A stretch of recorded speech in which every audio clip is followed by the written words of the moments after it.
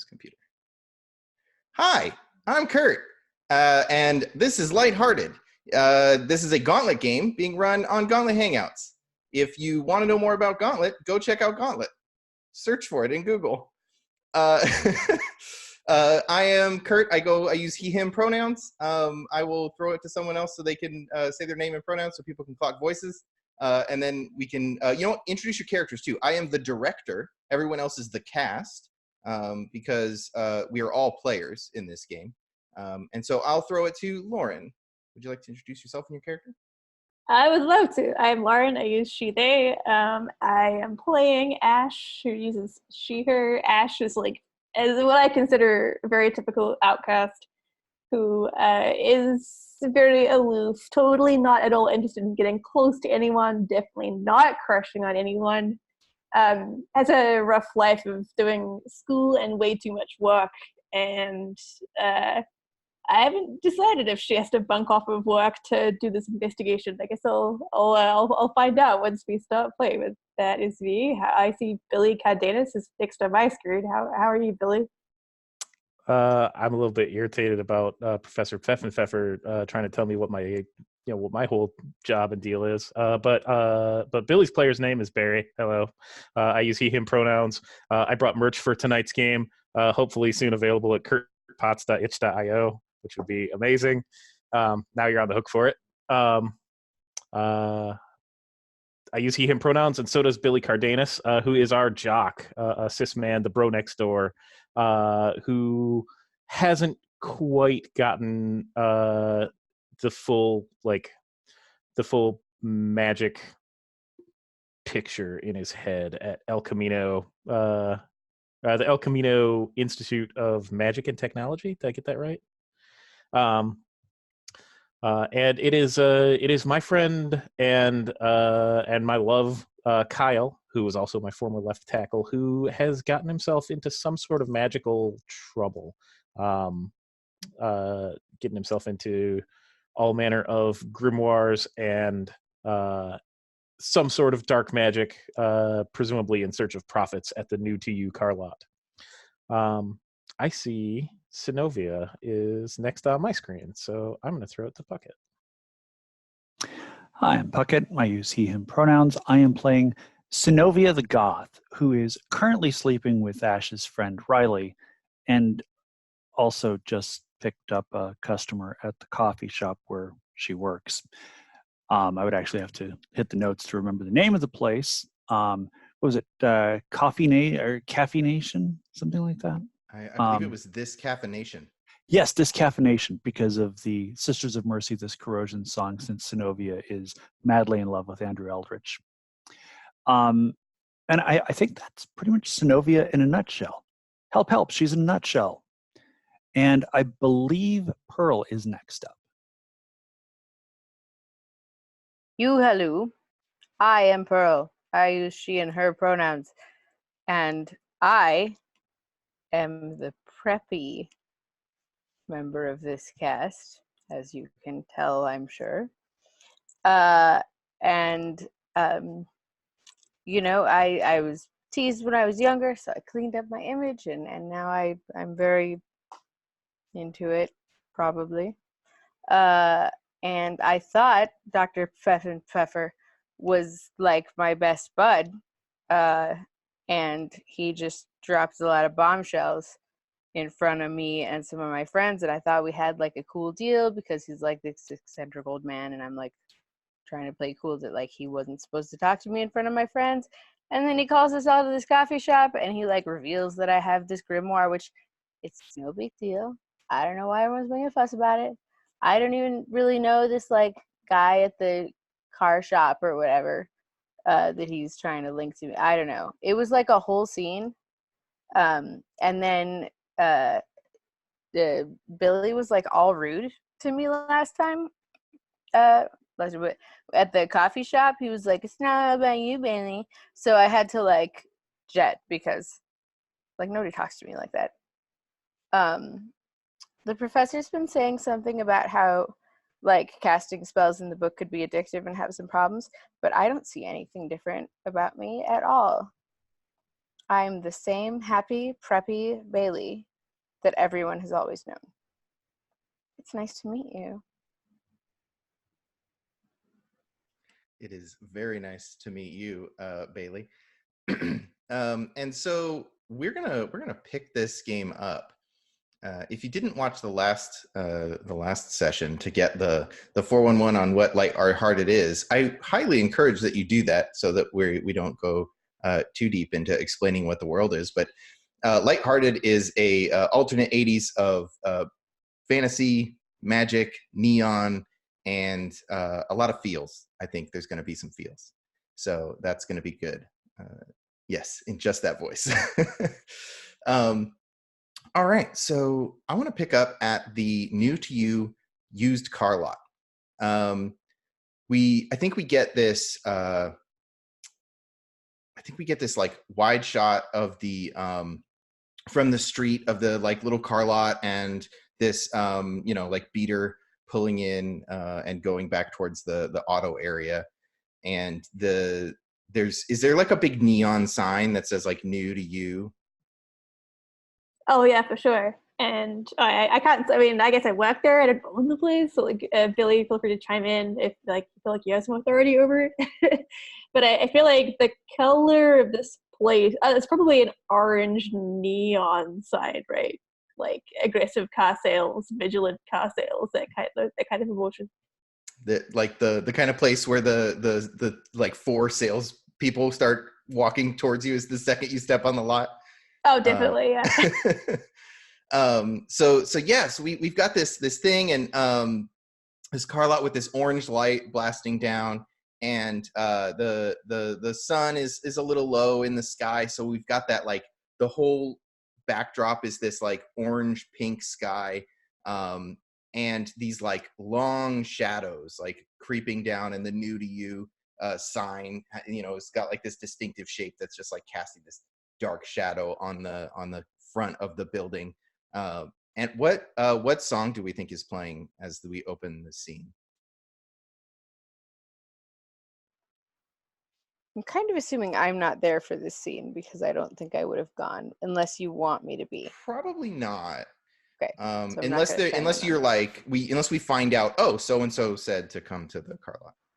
I don't even know if I would have listened to them unless you, as the master of ceremonies, would like me to have done so. No. We can do like this scene with a couple of characters and then jump to the next scene with like the other 2 characters or the other couple of characters and see what's going on. I think the music has to be something like REO Speedwagon or Head East or some late 70s, early 80s classic guitar rock, like, the Tubes or something. Mm-hmm. Like, what's that? The song that opens Die Hard 3. It's like Summer in the City, hot time, summer in the city. Oh God. I always loved that song. When Johnny Comes Marching Home is the opening of Die Hard 3, but Google may be wrong. So we've got like a the 70s guitar riff, right, as the car squeals by, and I think there's like a little bit of reverb that transitions into the like exhaust as the car like into the back of this thing, and we the camera pans through the window of the shop of the place into the inside, where we can see. Are you guys okay with me like putting you into a place? Okay. I think we see Billy impatiently waiting behind a customer who is currently berating Ashley about their bill.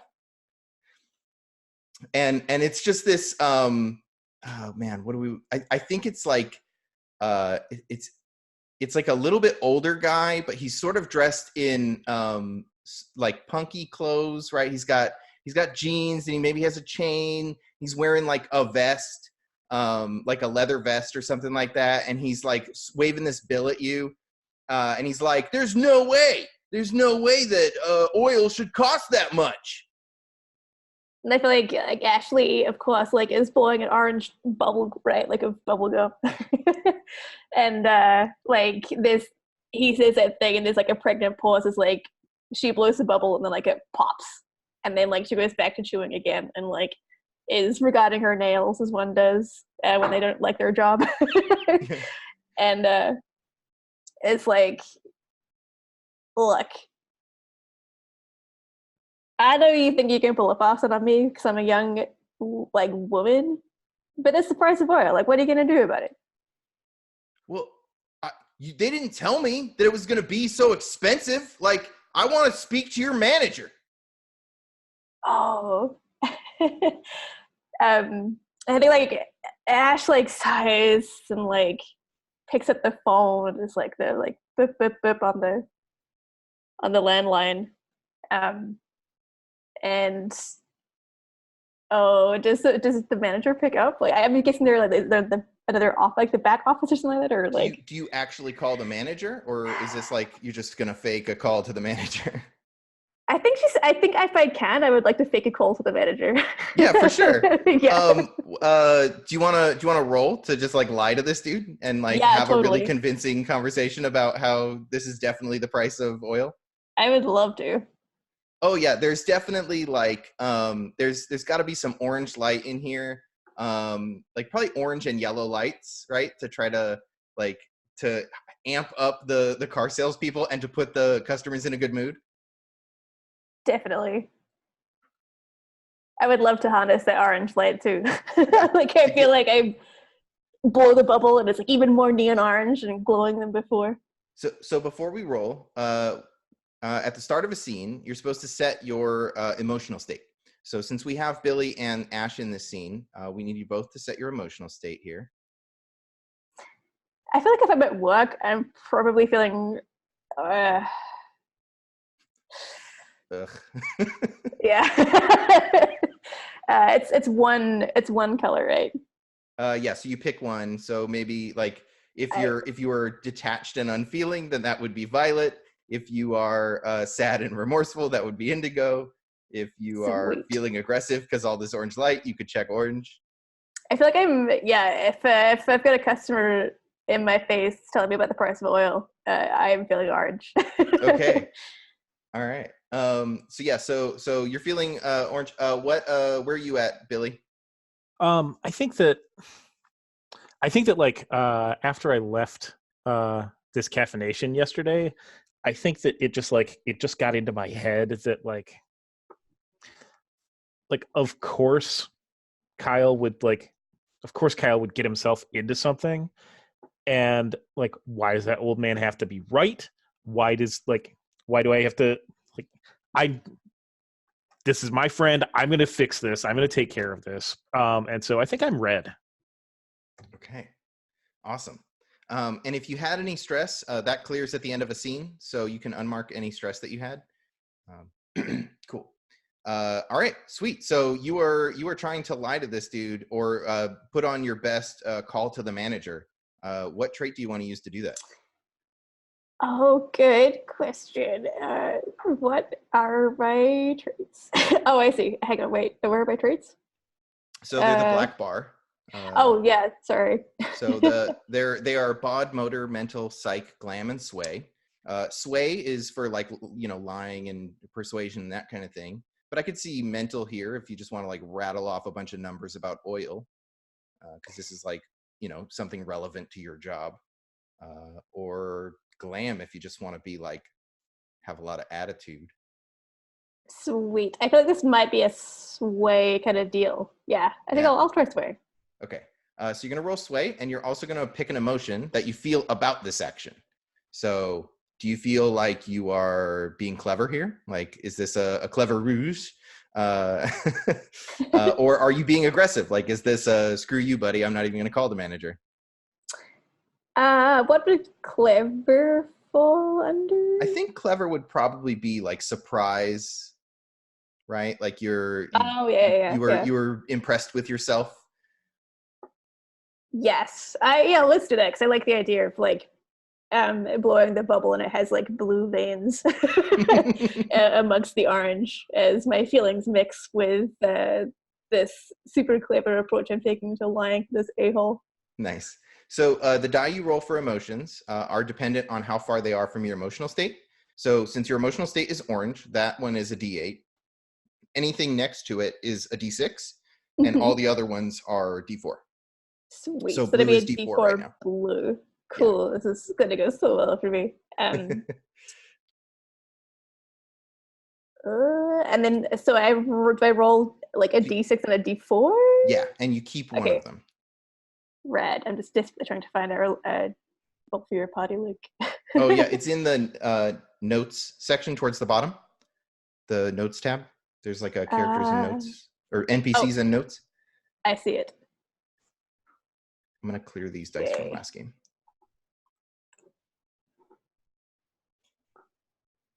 So, oh god, that's not good. I got 2 ones.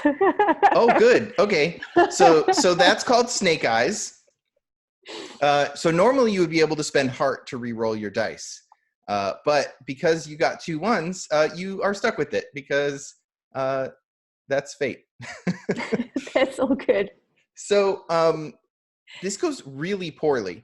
So so I think what was at stake here was probably this guy actually like going to tell the manager a little, like maybe like you could get in trouble at work here. Can I make a suggestion? Yeah, please. Oh yeah, because I totally picture it like, I'm on the phone, I'm like boop boop boop, faking to dial a number, and I'm like, yeah boss, like this guy, like da, da, da. And then like the guy totally does not respect my personal space and like grabs the phone from my hand and is like, there's no one out here, kind of thing. Amazing. So he does that. He grabs this phone out of your hand and he starts like he goes to yell into it, realizes there's no one there, and like starts shouting super loud at you. So he is like losing it. I think this actually probably is going to cause you a condition as well. Oh, sweet. Because like it did not, your ruse did not work, and I think you are. Let's see, because this is a nat 1, so I get to tell you what it is, and of course you can try to resist if you don't like it.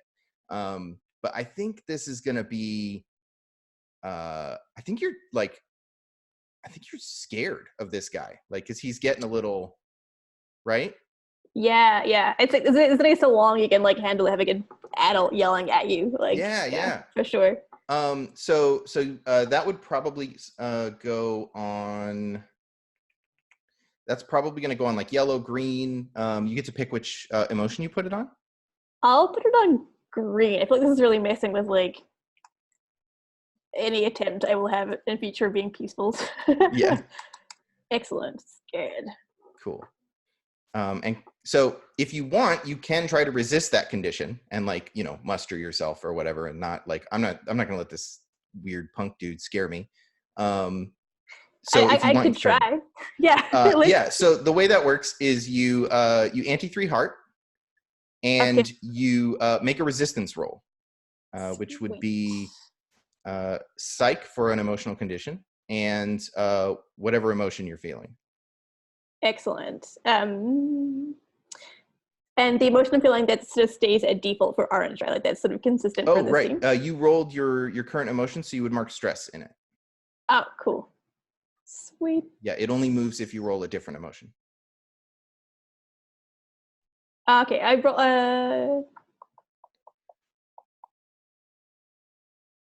rolled blue last time, so would I take blue then? Oh, you're right. No, I'm sorry. You do not take stress. It moves one closer to blue. So you take yellow.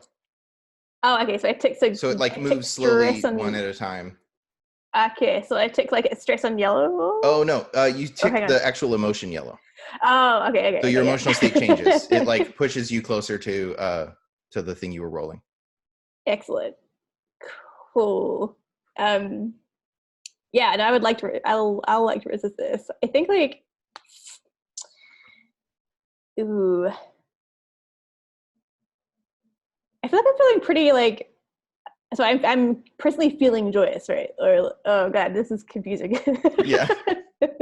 Okay. Cool. Yes, I will resist. This is it, and I will do so with psych because this is a mental condition, right? Mm-hmm. And then I roll with the emotion. You roll with whatever emotion that you like. If you get mad at this, like if you're resisting by yelling back at him, right? Like that might be that might be red, or That's what I think I might do. Yeah. yeah. So you're gonna roll red and psych, which right now is a D6 and a D4 for you. Sweet. I'll just re-roll these traitor dice here. I got a 1 and a 3. Okay, cool. Well, so that you still resist. Anytime you spend the heart, you're gonna resist. It just the roll determines how much heart it actually ends up costing you in the end. Kind of like stress in Blades, where when you resist something, it's how much stress it costs. So a 3, it costs you all 3 heart. All 3. So yeah, so you just spend all your heart. So you're probably gonna want to try to get some of that back. But yeah, you do resist this condition, and it sounds like you started yelling back at this dude. Yeah, like I think I blow another bubble, and like this time it pops and like it explodes red neon, right? And I feel like it gets some flex on like his face, and it's like it goes everywhere. And then I like grab the phone like back off of him, like slam it down, and I'm like, hey, like like F you, buddy, like you can't come into this establishment and yell at me like that. Like, fuck the customer. They're not always right. You can go to hell. Kind of.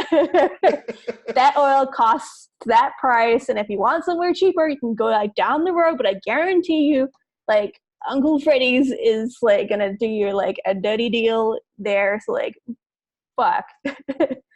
Yeah, totally. So this dude, like, he looked like he was about to start like screaming at the room, right? To like get someone else to come over. And like you just shut him down, right? Like this.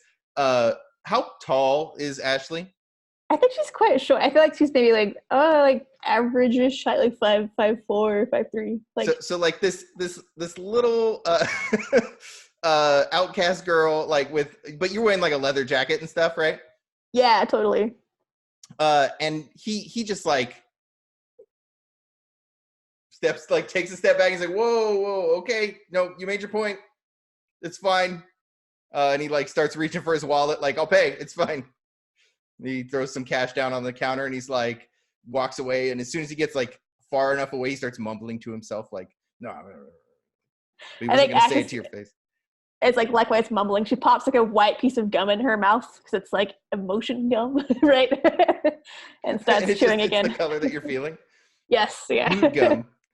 Mood gum. It's not a game with Lauren. There's no mood-related items. So Billy, this dude finally gets out of your way. I was kind of hoping to get to be a jock, but Ashley just like totally handled that. And I think that after like when he's like when he like hits the glass door and like the bell rings and he's like on his way out, I think that like just under the sound of the bell, Billy's like, God damn, that was hot.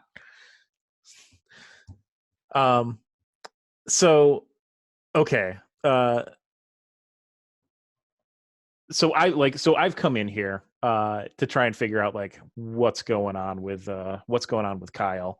I think that I've got an in because Ashley works here. That's kind of where I see myself on this. I feel like you hang out here. Like all of us are friends, not crushing on each other. So like we would hang out every now and then here.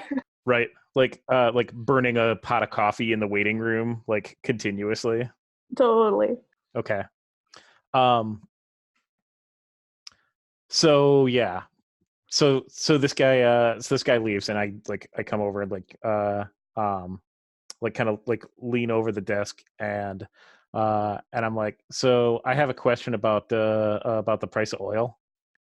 I think Ashley looks up at you for having previously looked at his stuff in cash angrily into the thing and gives you a look like, don't fucking start with me.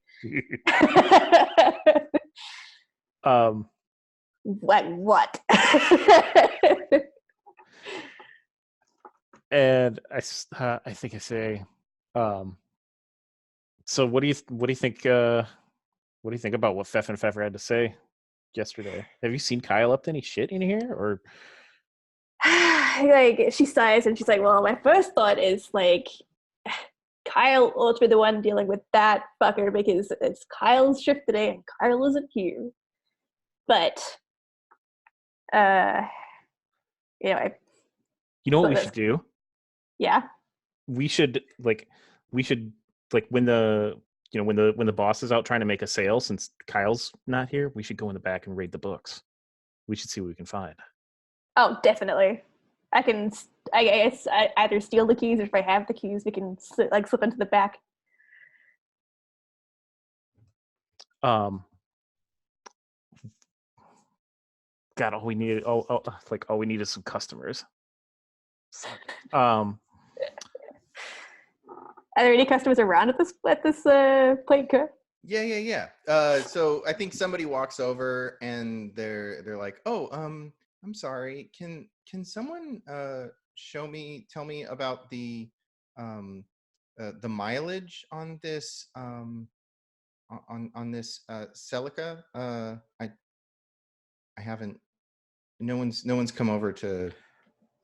Oh yeah, for sure. And like, I know that on the new to you lot, the easiest way to make sure that someone gets help is for like the first person to walk over to them, because then that circles the sharks.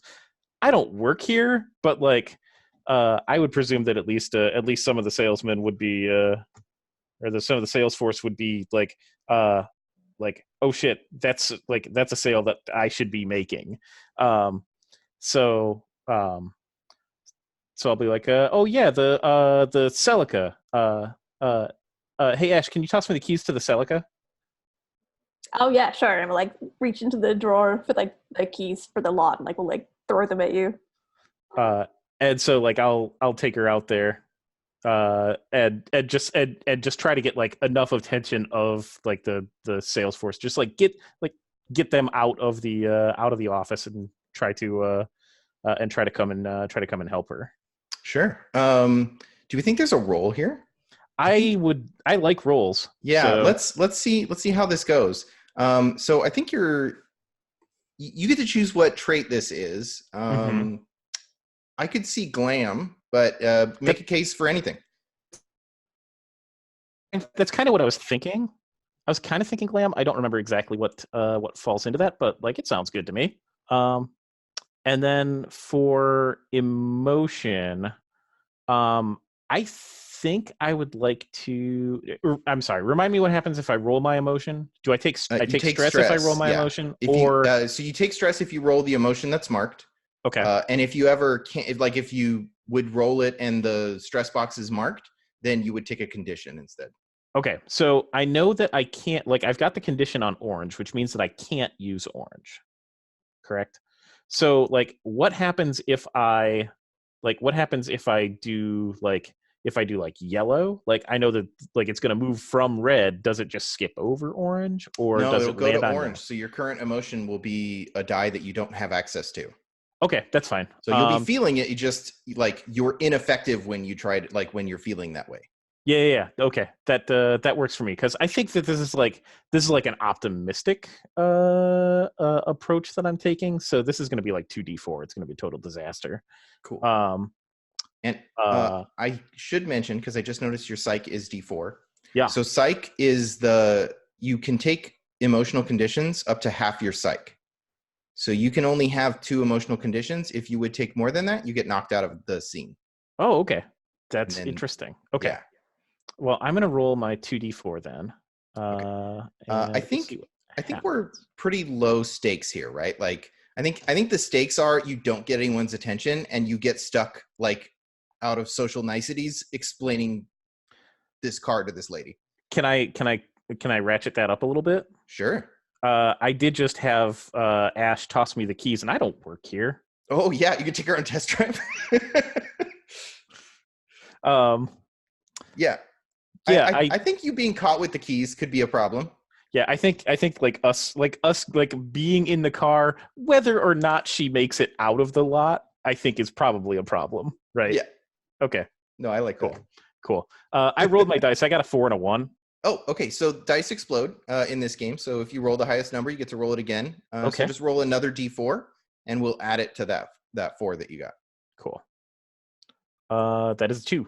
So 6. Yep. All right. So you are. Tell me what this looks like. So like Ash tosses me the keys, and like the glint of neon off of the keys in like the slow-mo shot as they come across the room, and I catch it, like the glint of yellow off of the keys is like it's there, and then like just like swallowed up by my hand, and like I open the door for this customer, and we're walking out to the Celica, and like I unlock the passenger door, go and unlock the driver door, and like I sit her down in the driver's seat. I come around to the passenger seat, and I say, well, as you can see, the odometer here is totally original. No, like it hasn't been rolled back, and like whatever, it's like 120,000 miles on it or something. And so I'll kick it back to you for like when and how like other like or the when and how the like new to you staff come over here. So 6 is a partial success. So there's still like some cost here. And I think what it is that the manager leans his giant head into the window with like his cigar in his mouth. And he's like, "What are you doing?" Oh God, I probably need to name this guy, don't I? Damn it, I wasn't prepared. I can help with that. That would be awesome. So he is Vern. Yeah. I kind of want like Mr. something, right? Like I think Vern is his first name, but everyone on the lot just calls him like Mr. Rich or something like that. Because it's an 80s movie and they weren't very... I like Mr. Rich. Mr. Rich is very good. Even though we know he isn't very. No. He's... Who knows? It's an aspirational name. Yep. Yeah.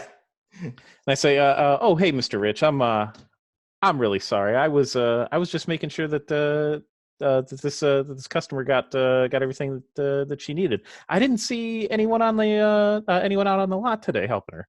So I apologize for taking it into my own hands. But she had questions, and I'm sure that you would have wanted to see them answered." Yes, but are you holding the keys to this car? Well, technically, the keys are right there, and I'll point over to the ignition. And he says, "I'll be right back." And he like leans up and puts his hand and like you feel like a thump on the top of the car, and he's all, "Would somebody get their damned ass over here?" So these he starts yelling at all the sales guys, and so they like hurry over, and there's like 3 dudes at the other window, like, "Oh, sorry, miss, please let me tell you all about this car." And he leans back down and opens the door, and he's like, "I don't suppose you're gonna tell me how you got those keys, are you?" Oh man, what's he like? Is he bringing like a physical threat to this situation, or is he still still somewhat genial since he is like acting as part of the sales force right now? Yeah, he's a big guy, but he's an older guy. And so there's definitely that. If you've ever interacted with like a good old boy, like just there's always like it feels like everything they say to you is a threat almost, but he's not being like it doesn't sound like he's gonna like physically hurt you right now. Sure. I want to turn it around on him a little bit, because I know that when Kyle was like getting started here, like he had all kinds of self-help and like Salesforce airport books kind of thing. For like of the ABC always be closing, right? And so I'll say look, Mr. Rich, why don't we go inside and just see what we could do for each other today? like this whatever the new to you Motto. like whatever the new to you like closing whatever their closing pattern is, when it's like, well, what's it going to take to get you into this today, kind of thing. Right. Okay, cool. Yeah, why don't you let's have a roll here and see if you can get out of this without getting Ashley in trouble. So this, I think, is a sway. yeah. I think but I think if this goes poorly, like he's probably gonna kick you off the lot. Yeah, that's Yeah. fine. I think I want to kind of go yellow, just because like just in this moment, like I've got like this the I can see what's alluring about coming and working at the lot. Like Like you almost want this job. just kind of. It sucks, but I don't want it, but I see why it's fun. Mm. Does that kind of scan? Mm-hmm. Cool. Then okay, so sway is a 6, and if this is yellow, then that would make that a 6 too, correct? Yeah. Okay, cool. So 2d6. And I got a 5 and a 1. Okay. So so 5 is partial. So I think you definitely get him. You catch him right with the whatever their closing line is. Like you see the like glint in his eye, like maybe I can make something out of this kid. And I think instead of like kicking you off the lot, he like says, "Why don't you come back to my office and we'll talk about it." And so he's like gonna walk you to his office and give you a talk about how to be a salesperson or something like that. Like this is a moment. This is a teaching moment. Yeah, no, that sounds great. Like that's a really good place to cut from me. Yep. I think. Yeah, awesome. And so that happens, and like I think we get him like throwing his arm around you, and we cut to Doctor. I'm gonna cut back. Actually, Ashley, were you doing anything in there, or are you okay if we cut to Baylee and?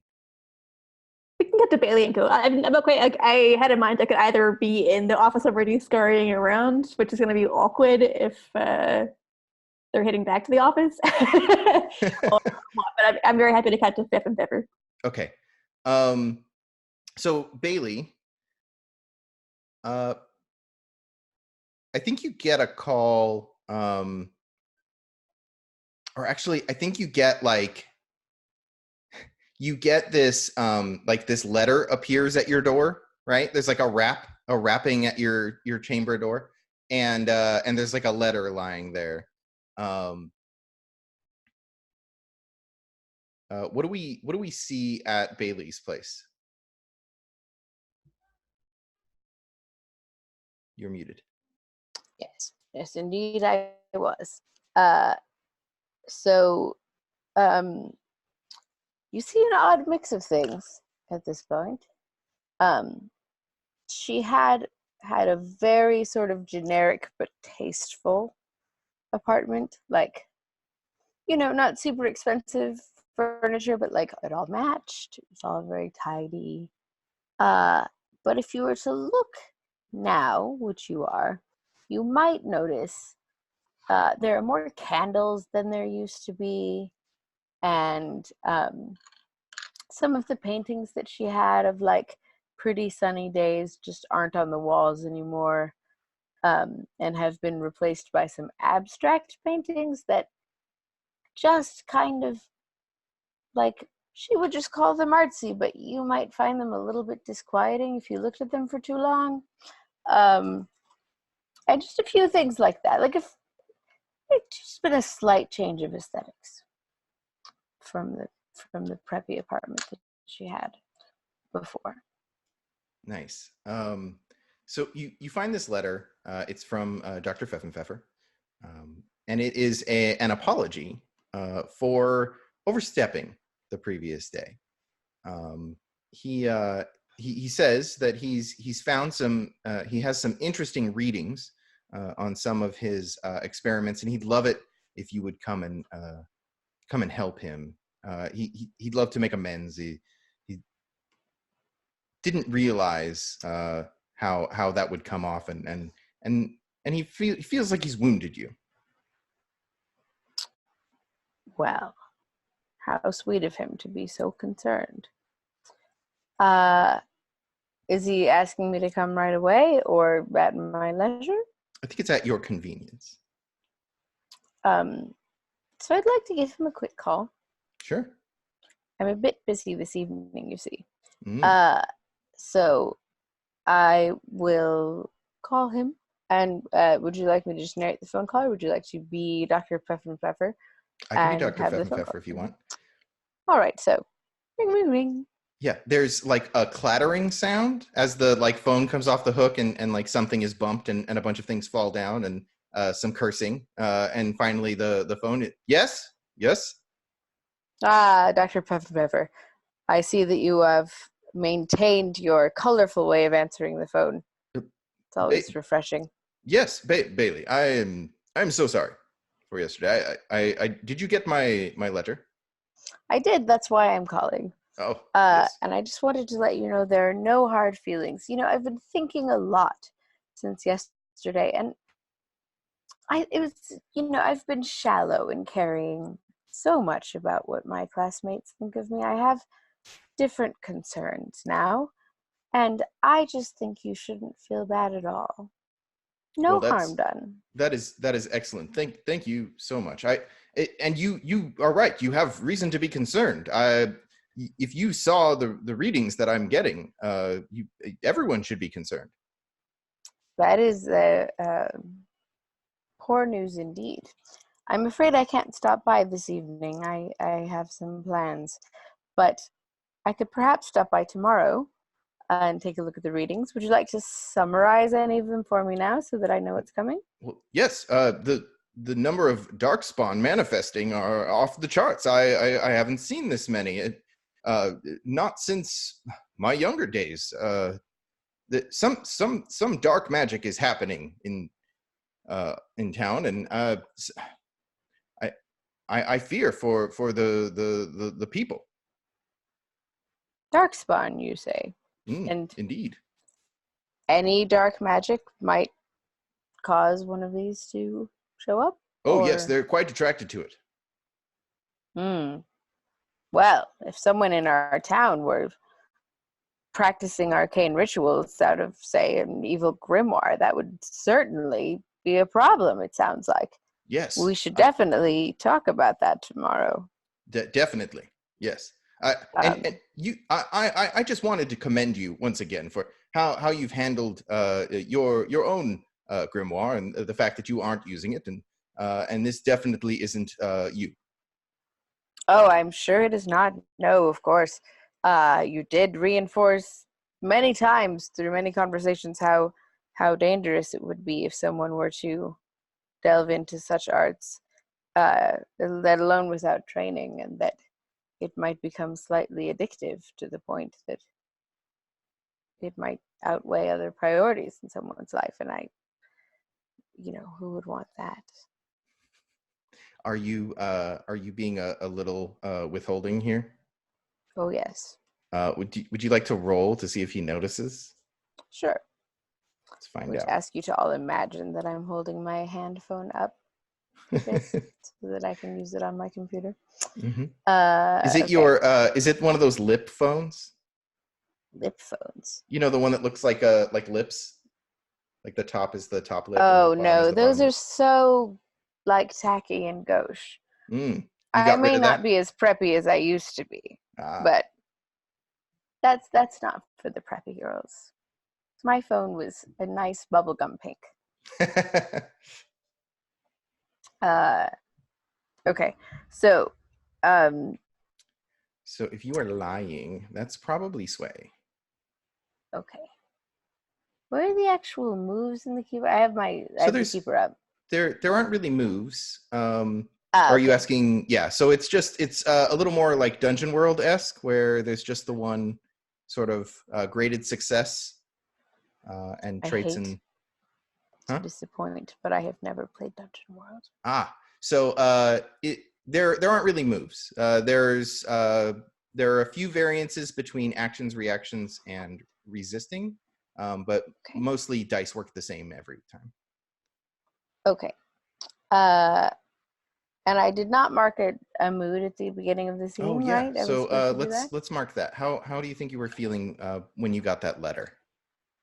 I'm looking at the little sheet. I'm going to go with orange.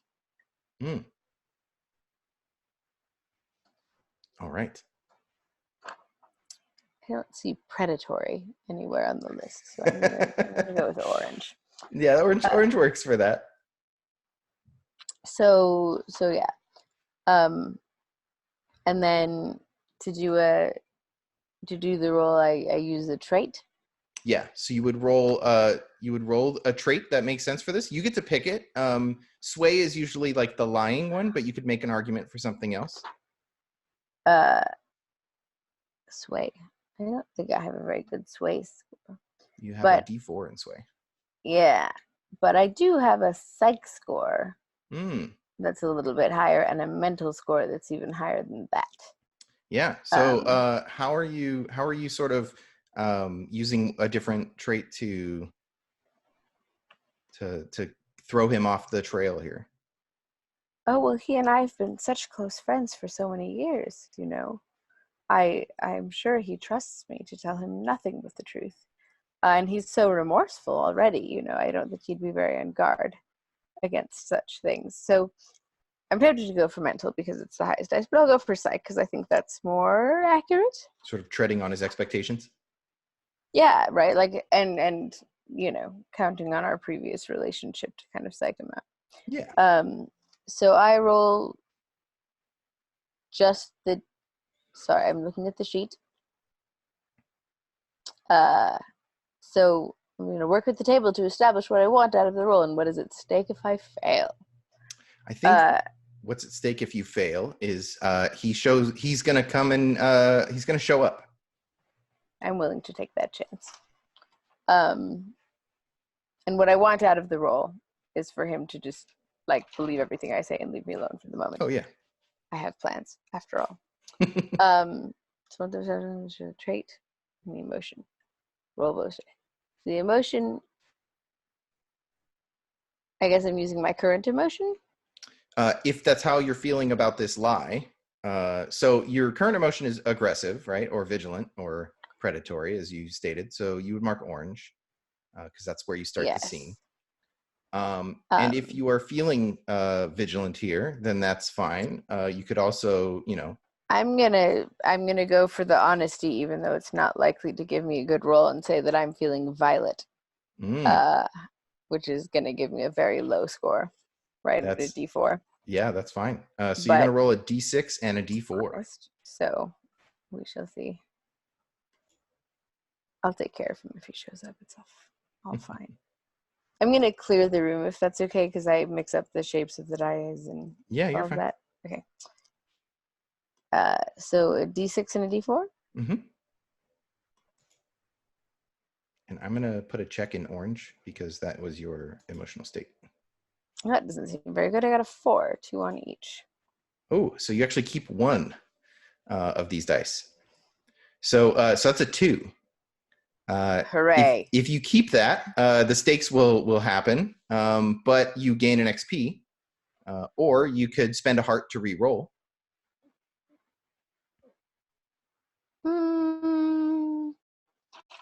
I think I can take care of him if he shows up. Okay. So there's some like I just want you to know that any future dalliances with dark magic would definitely attract more of these darkspawn, and if one was unprepared or protected, they might get rather hurt. Oh, good heavens. Well, we certainly can't have that. I'm so glad that you've come to me with this information. I just, if this is going on in town, we'd all better increase our vigilance a great deal. And I am attempting to trigger, just so you know, my malfunction of Clueless. I don't really know what malfunctions do. Sure. But so you're trying to play dumb? One is I do a thing. Yeah, I'm totally playing dumb. Cool. So when you play dumb, One gives you a heart? You get heart. So do I go up to 4? Yeah. Okay. Look at me go. Yeah. So he's like Baylee, you would think that you knew these things, but well, I've had so much going on in school, and I'm trying to study so many things that it's hard to keep them all in my brain at once. And you haven't been around as much, presumably because you've been studying this underground cult that's connected to my book, which you weren't mentioning, which again is fine. But I just, I just didn't think it was so serious. Well, just don't worry. I'll be right there. And then, he doesn't hang up the phone, and you can hear some noise, and then he walks into your apartment. He is... Did he have a cell phone in the 80s? No. But I'm going to say he doesn't walk in, but he would show up outside your apartment. So he probably wouldn't appear in your apartment. And so there's on the door, and there's no noise now on the phone. It's just open. I'm going to look through the people. And he's Dr. standing there Pfeffer? I'm sure he is. Yeah, Baylee, let me in. How do I know it's you? I hear there are dangerous things afoot, and I was just on the phone with Dr. Pfeffer, and I don't know how you'd be here so quickly. Magic! Are you really doing magic in broad day? You really need to be more sensible. It's not a problem. Everyone knows how it works. Just let me in. Let me in. All right. Will you give me 2 minutes? I just need to straighten up. I would be so embarrassed if you saw the apartment. I don't think I should. Too bad. Stay there. And I'm just going to quietly around the table make a few little marks that I've learned out of my book on the floor. Nothing you would notice, but if you were to sit at the table, who knows what would happen. Okay, you can come in. So I'm going to go unlock the door. Sure. Before that, were you doing some dark magic stuff? Is that what we are establishing? Perhaps I've been looking at the book. Perhaps there are sigils in the book that one might mark on one's floor if one wanted to have more control over the people in one's home, as you would. Anyone would want to protect themselves in their own home. I don't see that as dark per se. So do you think that Baylee is already tempted? Oh, she's past tempted, my dear. Okay. So the way dark magic works, and it's not even in the book yet because I haven't added it. You are going to take a condition, tempted. Okay. I have a Baylee playlist with the song "Tempted" on it, I think. Perfect. But, put on whichever emotion you think it would make the most sense for you to be tempted. When you do dark magic, you roll that die, and you cannot use that die for light magic. I see. On the color? Yeah, so you're going to pick one of these colors and basically give it up to the darkness. But I can use it for the darkness. You can use it to cast dark magic, which does everything. Right. You can do anything you want with it. It's very powerful. Yes, that was kind of my thought. So I think I'm going to stick with orange. I like the idea that I can be vigilant, aggressive, and maybe use some telekinesis. Okay. That seems like the sort of dark magic. I like the idea of the passionate also, but I don't think Baylee's particularly wrathful. She just has her own agenda. Then if people happen to get in the way, it's unfortunate. Mm-hmm. So keep in mind, when you do anything other than dark magic, you will not have access to this die. I know. Okay. It's a good thing I don't plan on doing much else. Awesome. Okay, so so just put tempted in as a condition under one of those, and then if you are doing some sort of spell work right now, then maybe we'll roll and see how well it goes. Sure. And then you can just hold that success or failure for when it triggers. Okay, so conditions is tempted for orange. Okay. And since the scene is set at orange. Yeah, so this would be a D8. Does that give me... Oh, that's delightful. And what do I roll for magic? The default is mental. And that's also a D8, if I'm looking at the right category. Yep, so you roll 2D8 and keep the higher one. Delightful. Watch me get like snake eyes, but still. In concept, it's delightful. Wait, they go afterwards. That's D10s then. Sorry. No, you're fine. I'm actually rolling the right kind of dice. Come on. Mama needs a really dark magic spell. Or a pair of shoes. Oh my god, really? Would you like to spend heart to reroll? Yeah. That is some bullshit right there. Pardon my language. It's the influence of the grimoire. It's the influence of the grimoire. There we go. I'll take the 7. Perfect. Okay. So 7 still sits at a partial success, but we'll see how that comes out, what consequence we face when it triggers. Okay. Can I ask you a quick question just for my own knowledge moving forward? If we only ever keep one die and they don't go higher than D8. So they explode. So if you roll the highest number, you roll it again and add it to itself. I see. So you have to roll the highest one to get a full success by rolling another one on top of it. Yeah. You can also get D10s and D12s through leveling. Ah, yes. Okay. Partial success it is. Yeah. Okay, cool. You can all, and depending on some of the strengths, will give you like +2 in certain situations and things. Okay, cool. So you're looking at a partial success on this spell. That when we trigger it, we'll just hold on to that. So you let him in after a couple of minutes?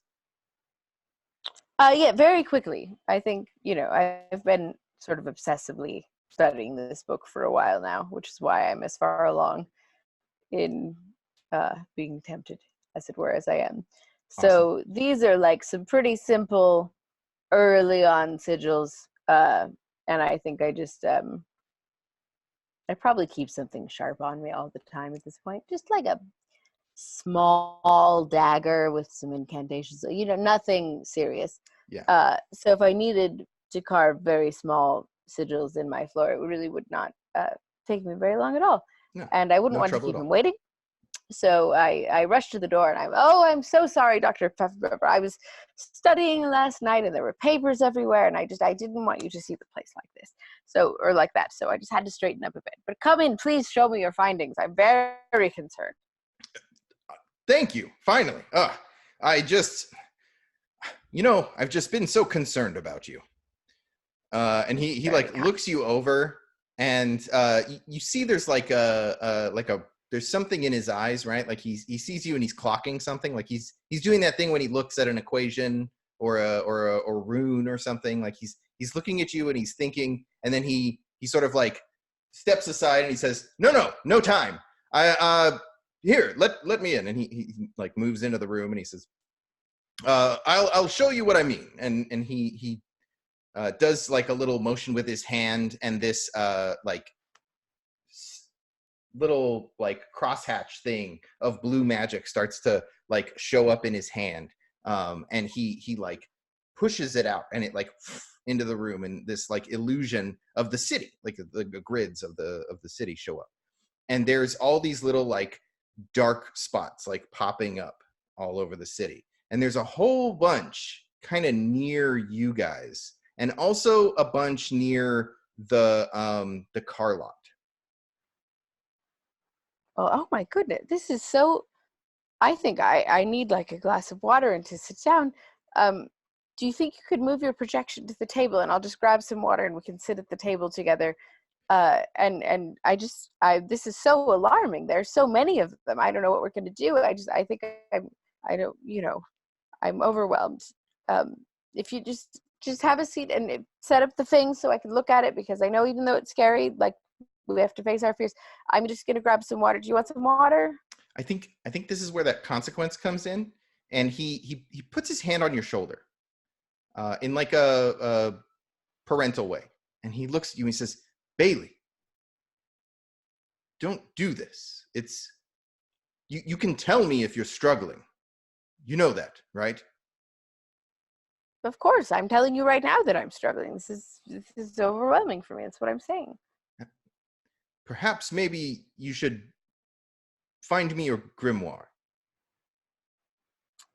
I could probably do that. I would really love to get that water first. But no, you're right. Probably we should look at the grimoire along with your representation of the city with the great. Maybe we could figure it out together. I definitely would need your guidance in that. But I think it's best if we sit. Certainly for me, when I get nervous, I get dizzy. So just sit down at the table, please, for my sake. And I'll be right back with the book and the glass. And he like, all right, Baylee.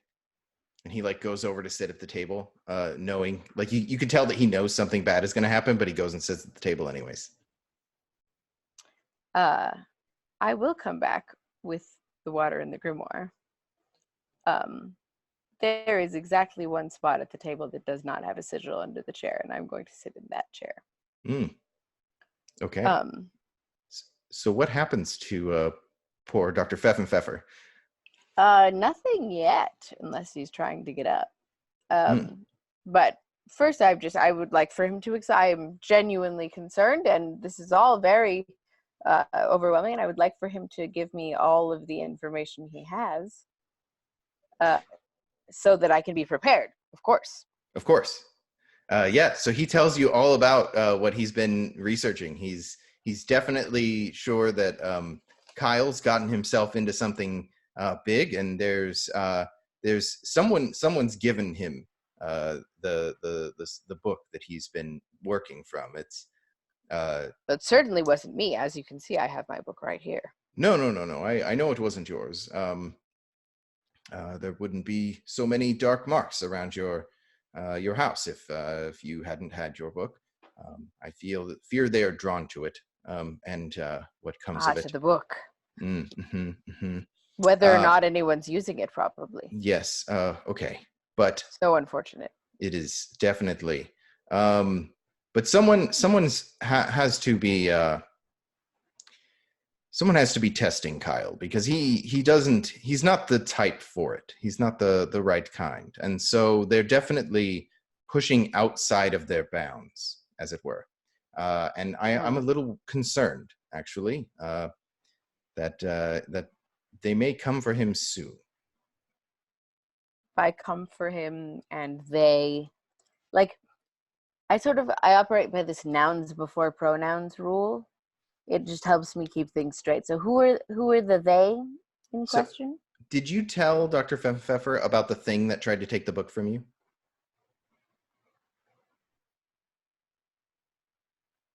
Yes, but I don't think I think we established that I didn't really see what it was, because Zenobia scared it off really fast. Right. So as far as I know, it could have just been some ruffian. Right. Scoundrel. Well, it's been about the right amount of time, I would presume. Do you recall the thing that came for you and your book? How could I forget? That was terrifying. If Zenobia hadn't been there, who knows what would have happened? I'm certain another one will come for Kyle. We'll just come for him regardless of I thought they were after the book. Oh, no. As far as I understand it, I believe they're using them as recruiting tools. Do you mean that I was in harm's way? Not just the book? Well, that would depend on how you felt about the book, and its use. I presume if you were interested in using the book, you would have been quite happy with meeting these dark mages. Dark mages. Mm. They just run around snatching books from people. You'd think they could do something more effective, but that is very alarming. I had no idea I was in such danger. Good heavens. I'm not really sure what to do. I mean, obviously defensive magic is your purview, but I'm just a college student. You know, I enjoy our talks, but... Well, they do appreciate impressionable minds. Well, I suppose I'm sometimes a bit gullible. Unlike yourself. Yes. And he like settles into the chair. So, I presume I'll be here for a while. Did you have another water? I would be happy to get it for you. And I think that's where we cut to see what's up with Synovia. Let's see. So we are at 7:30 or 7:24. Do we need a break before we kick in with Synovia? I could probably use one. I don't know about everybody else. Yeah, like a 5-10 minute break over long we're...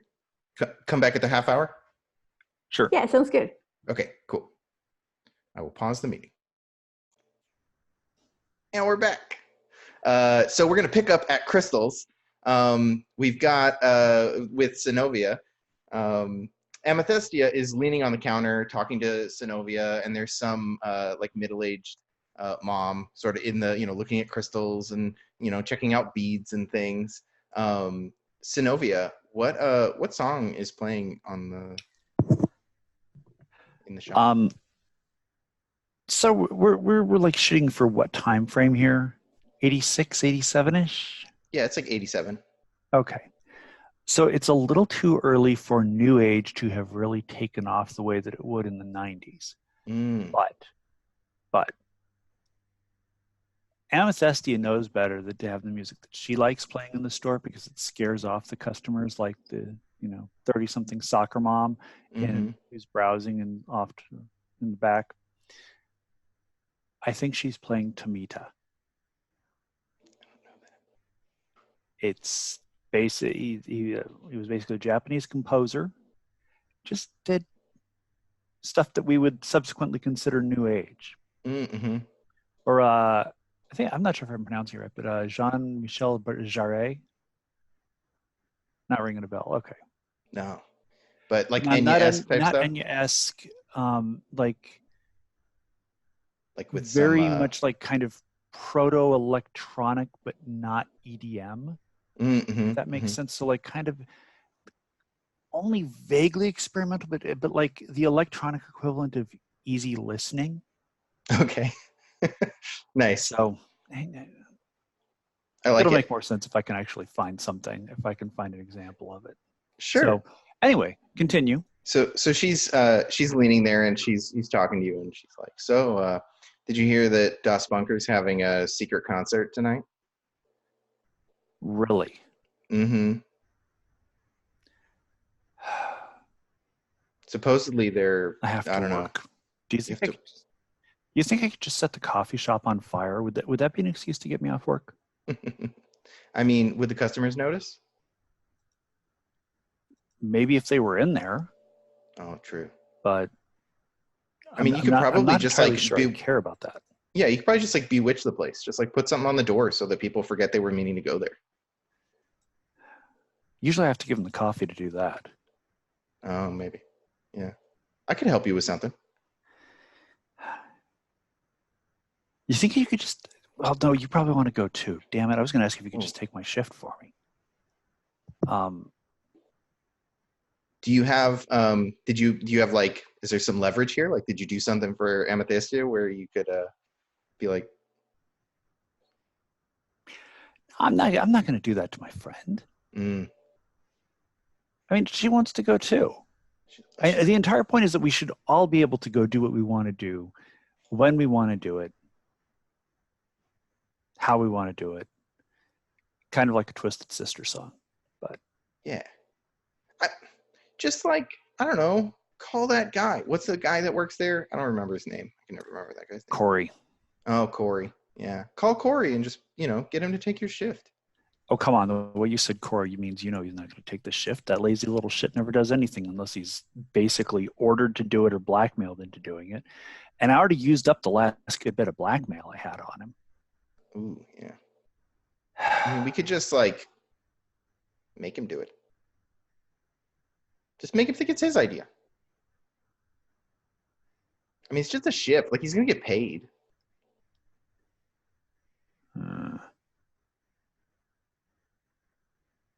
All right, what's your idea?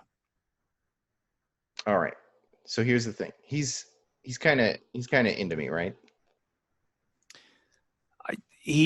Well, I mean, not as much as Dr. Pfeffer is, but Corey. Shut up. We're not supposed to talk about that. Look, I can't help it if the bonkers professor at the college is completely head over heels for you. Look, I mean, we have common interests. Is that so bad? I don't. What common interest? Just name one. I mean, he's a traveler. You said interests plural. I'm asking you to just name one. Okay, I mean, he's old, but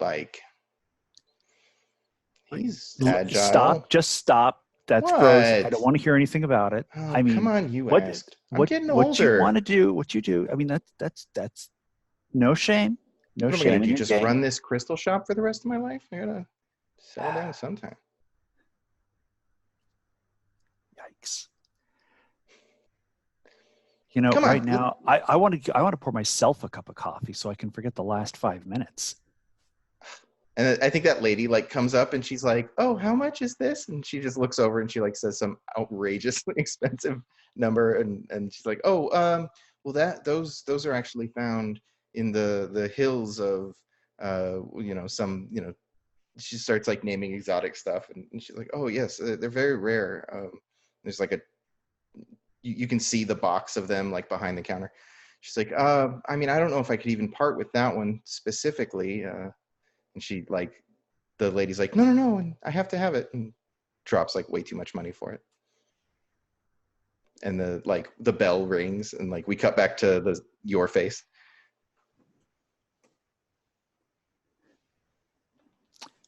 Wow. So you're just going to shut down the shop for the day after that one, right? You're paying for my ticket for the show, right? Oh yeah, no, and we're good. Come on, hook a girl up. You're gonna help me with Corey. You're gonna kick him a little bit of extra money to make sure he does the shift. Oh sure, an extra 20 or something. Yeah. Right. Let me call him up real quick. Okay. And we can just fast forward that because yeah. So you call. Do you want to roll to see how much this costs you?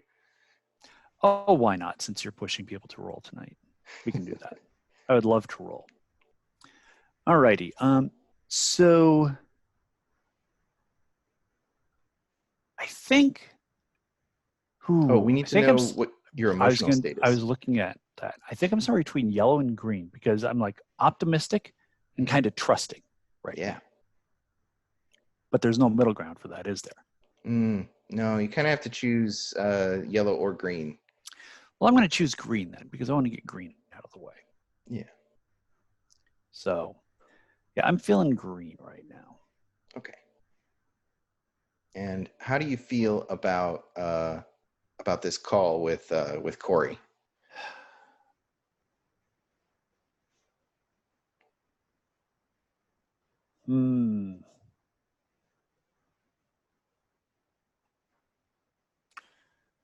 I don't see annoyed or perturbed on here. I would say annoyed probably fits with aggressive. All right. Well, let's just do orange then. Okay. And So let's see. Current emotion is D8, and then what other die am I using for this? So you're gonna pick a trait. It could be sway because you're trying to convince him, but also you said you're gonna use some cash, so you could roll glam.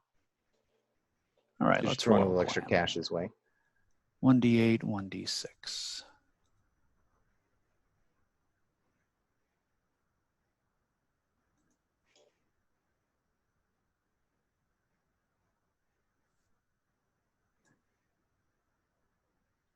That is 1 and 4.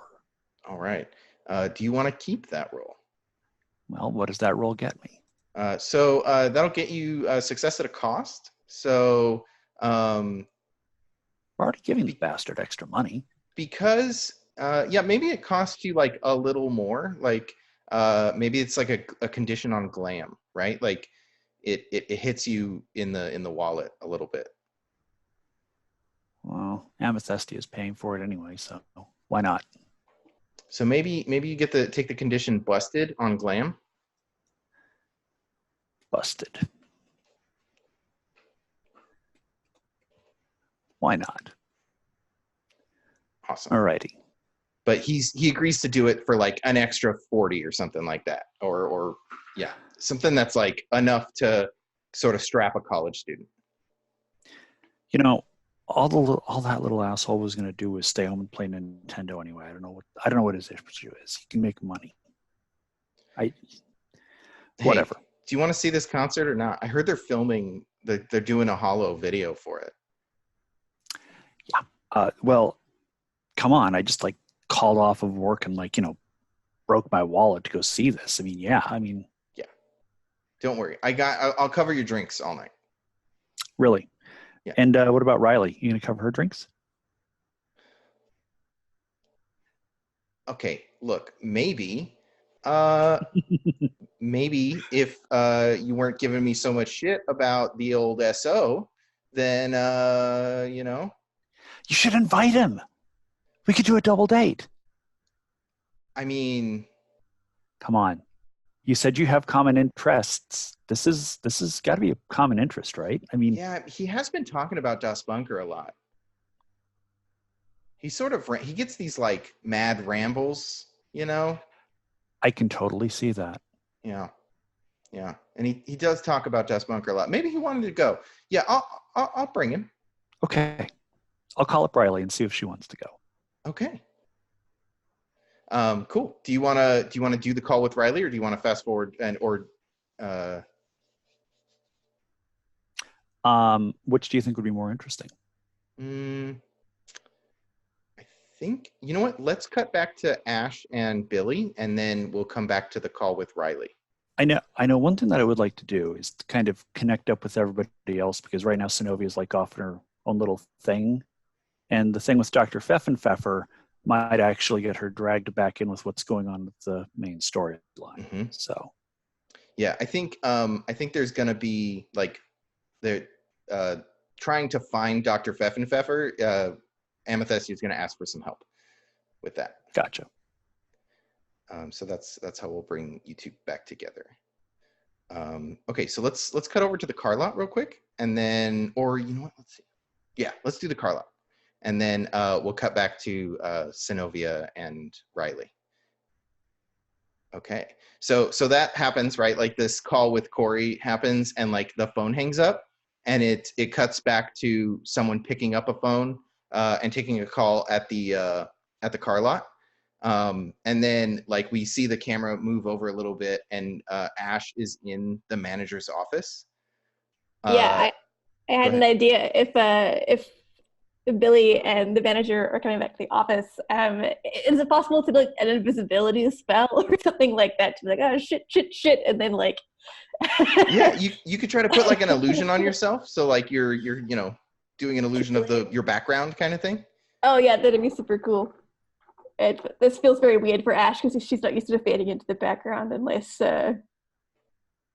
at a social gathering. I feel like if I'm sneaking around the office, I'm probably feeling quite like a bit scared because I shouldn't be back here, especially not digging around in files trying to get information on Kyle.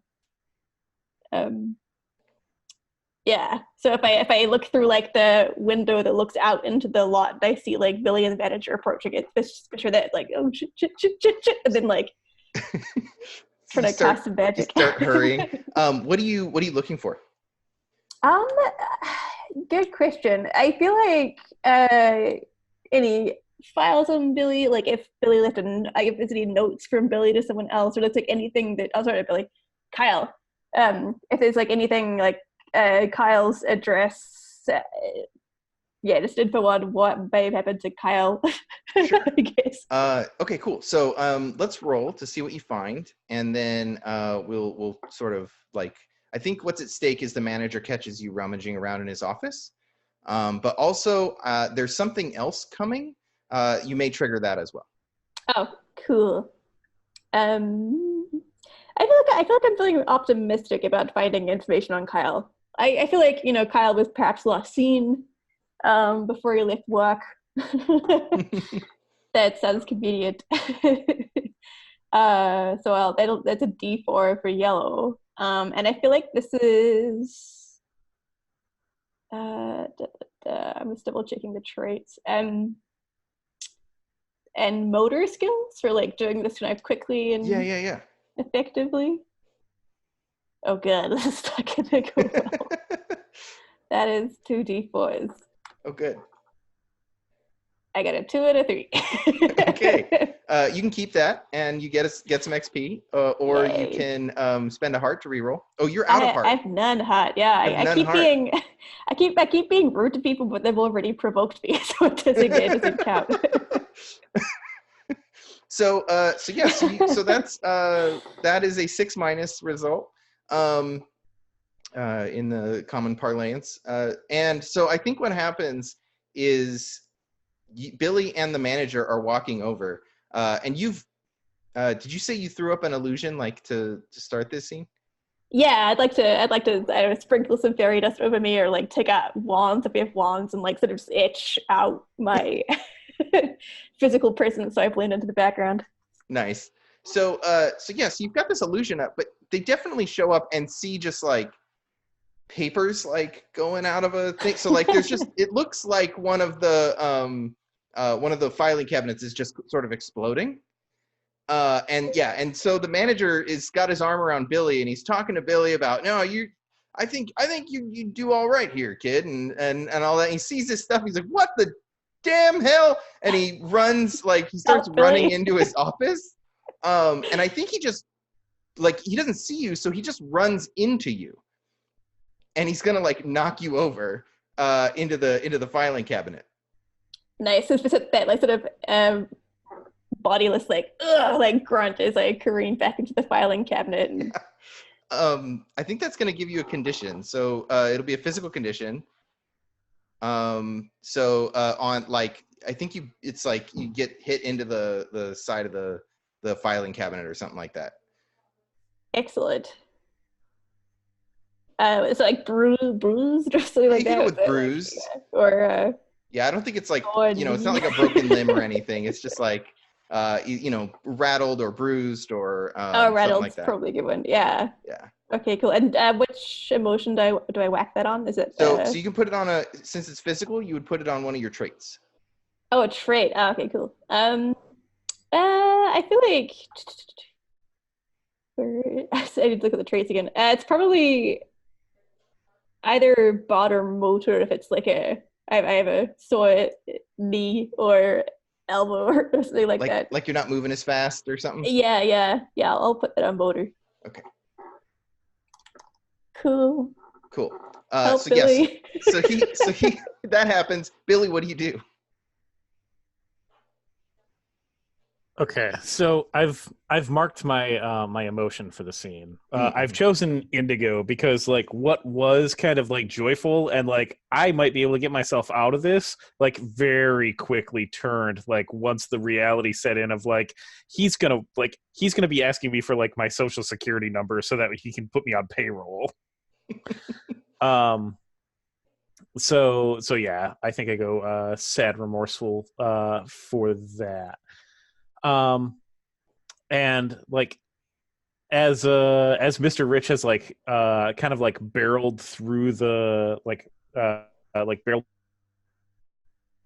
through the office here and plowed over somebody. Like it sounded like you made a like a grunt or some sort of sound. Is that right, Ash? Okay. Oh yeah.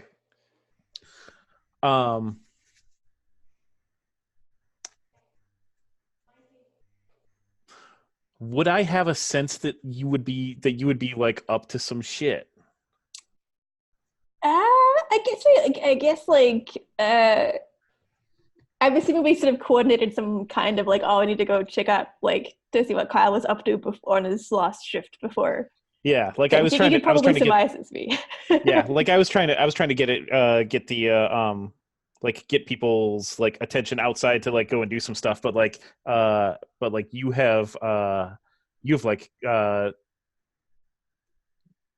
you've shown some initiative with this, which is awesome.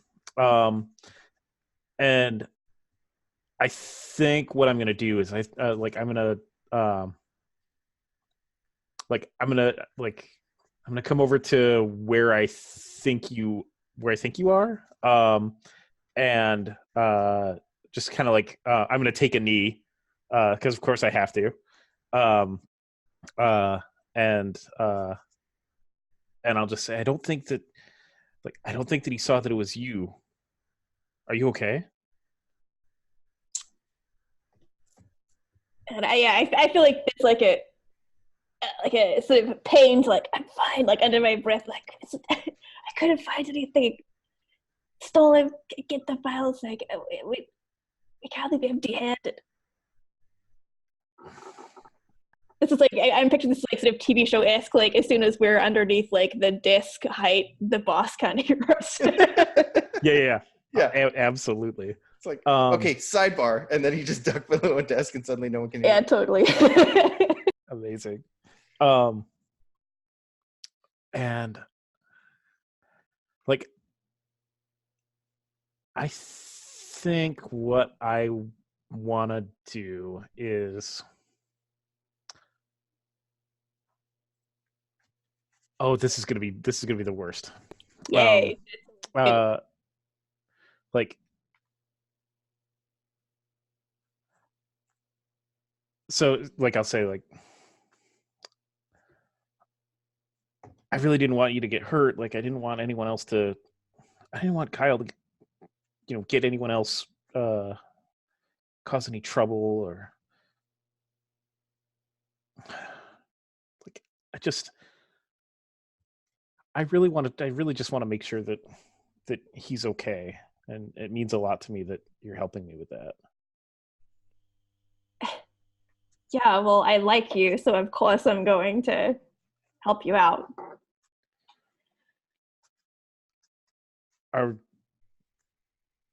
we still doing this? Are you still down? Are you okay? Yeah, I'd feel like a really shit person if we didn't help get Kyle back, even if he's a bit of a dog.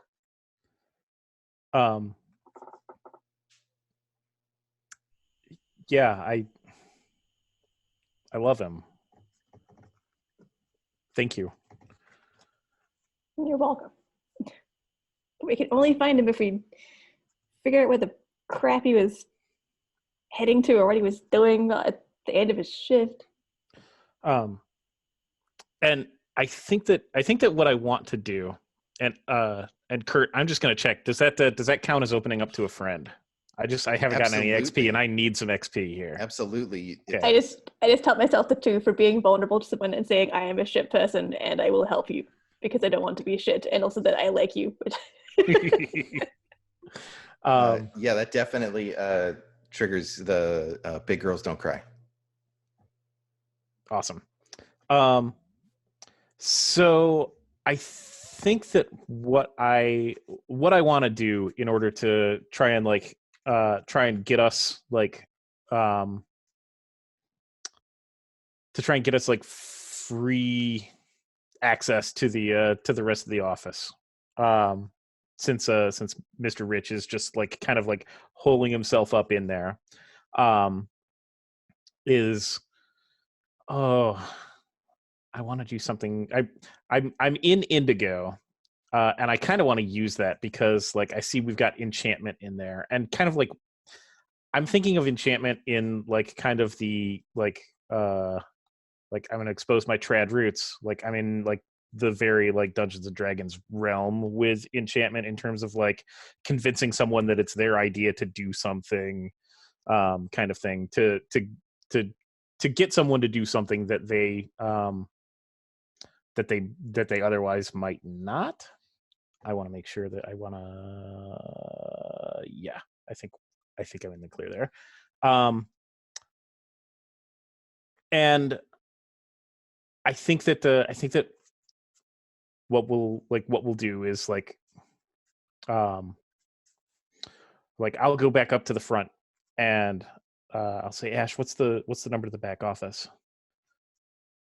And I will whisper it in your ear. Okay. And I'll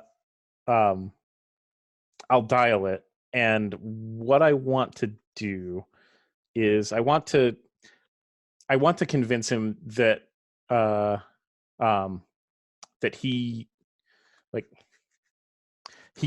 really needs to take the rest of the day off because he's just like he's been seeing things.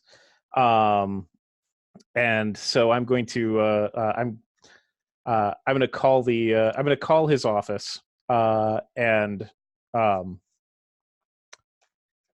it'll, how do I want to do this?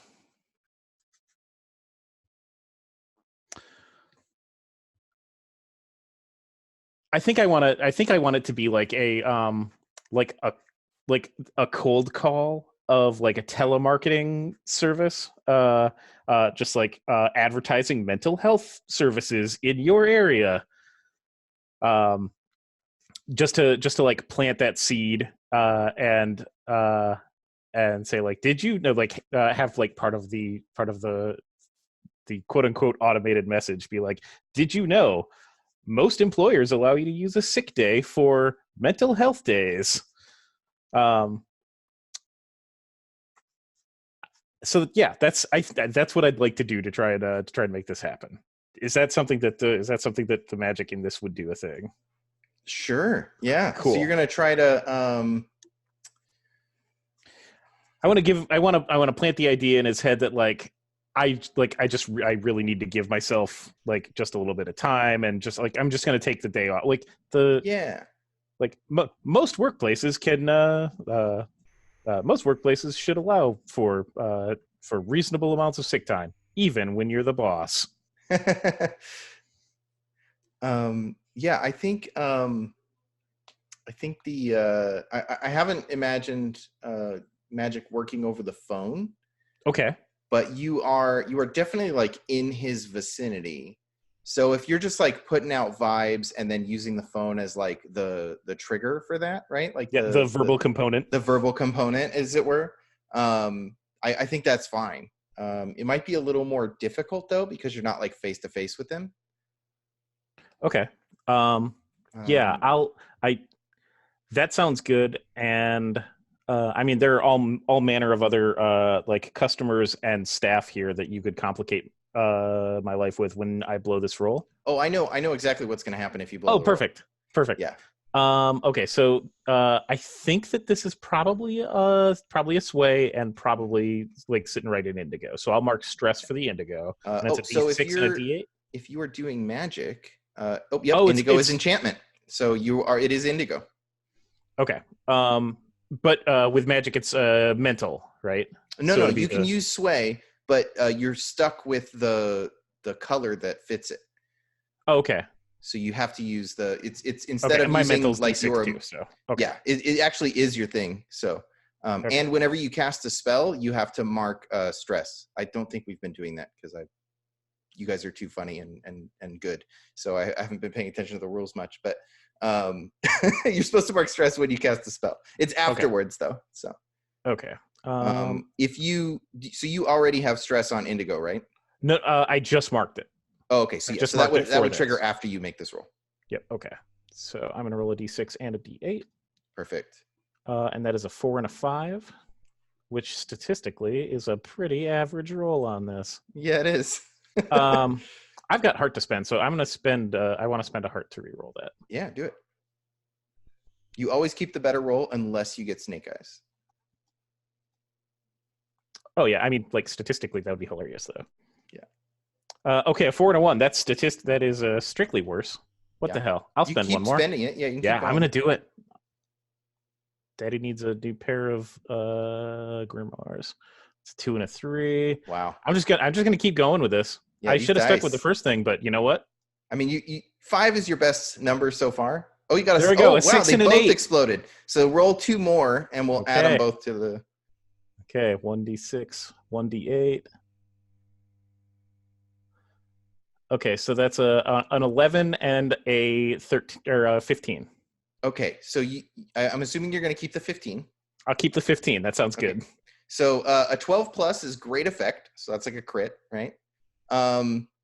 So this thing hits him in like a really personal place.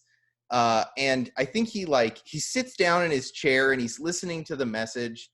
And or is it like a automated thing, or do you? Oh no, I'm just saying it, but like in the style like maybe I'm working in like the alumni the El Camino alumni fundraising call center, and so like I've perfected that pattern. Nice. And so he's like, my husband has been saying that I don't know, I just work too much. I'm just always here, and I'm never home, and he's always, and he makes dinner, and it's cold when I get there because the shop closes late, and maybe I do need a sick day, and I'm the boss. I should go home whenever I want. And he like goes on this whole. He starts like just talking to the phone, and he like gets up and he's walking around. He's not paying attention to anything. So Ash has free reign to get to whatever you want in the office. And I think that's when Kyle gets there. But it's not like, so Kyle finally makes it to work. And he sort of comes up behind you, and he's listening, and he looks over, and he's like, and so he just stands there, waits, like, how good is this gonna get? Like, so Kyle's just like waiting right behind you, like impressed. What do you do, Ash? So Kyle's like in the office of this, or like in the. So Kyle is in the, because he went to the front of the shop, to the front of the auto place. Billy did, and so Kyle is standing behind Billy, waiting for him to finish his phone call, while you have free reign in the office because the manager is currently ranting on the phone. Yeah. I feel like I'll look around for any Kyle related stuff, whether like he left a note or. Grab his file. I don't know what's in there. Yeah. I think you find the books, like the ledger of like who's been selling and who hasn't. Is there even grimoire books tucked away in there? You don't find a grimoire, but you do find this this ledger, and when you flip it open, you can see that anytime Kyle is on shift, no one else sells cars. Only Kyle is selling cars. Oh, rad. I will strip out those pages. Nice. That's what you do when you're collecting evidence, right? Yeah, you just rip it out of the thing and put it back. No one will notice. Yeah. The poor journalist who's not here is like, what? Okay, cool. So you rip those pages out. The perfect rhyme. And I think so you finish your call, and I think Kyle like puts his hand on your shoulder, and he looks at you and he's like, that was good. Like real good. Is it okay if we cut from there to the next scene? Because I really want to see more like Synovia and Baylee. Definitely. That is 100%. And so like it fades out, and I think Amethystia has been trying to get a hold of Dr. Pfeff, and no answer, right? Which is strange, right? Because he's usually yeah, you're muted. I can't hear you. I'm just quietly mouthing along to Like a Virgin, which happens to be playing on my playlist. Don't mind me. Nice. Is So- that what you're doing? Is this like a oh man, what's the this is like a Silence of the Lambs, like doing the dance for that's fine. I have thoughts. Not quite that. But Not that please creepy. set the scene. All right. So I think Synovia, let me know if you're okay with this. I think we pick up with Amethystia driving to Dr. Pfeffenpfeffer's house with you and Riley in the back seat.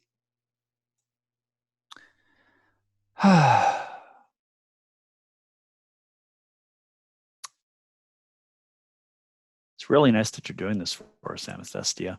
I really appreciate you getting Riley and I into the show. And Riley like leans over and like puts her wait, is Riley's a she, right? I believe yes. I was making sure I got Yes. the pronouns right. Okay. Riley like puts her arm under yours and like leans in. She's like, "Oh, I just love going to shows. It's so fun." Oh, that's right. Riley's like super preppy. She's like, "Oh, Yep, and oh she my likes floral gosh, prints even. Yes. I never get to go to shows like ever. I'm always so busy." I mean, dearie, I think you're really going to stand out at the show tonight. I mean, for one, you're wearing something with a print, and it's not monochromatic. Oh no, am I not dressed right? Like, should I have gotten something You else? are I could you get are something dressed- else. you are dressed fine. You will Fine. attract so much attention tonight, and everybody's going to be looking at you, and then they're going to be looking at me and saying, "Who's that lucky bitch?" Okay. I mean, I guess I could get behind that. You know, you are a total Betty, even if people don't notice. Well, I know with you, you mean not just Betty, but also Betty Page. So I'll take that compliment. Well, of course.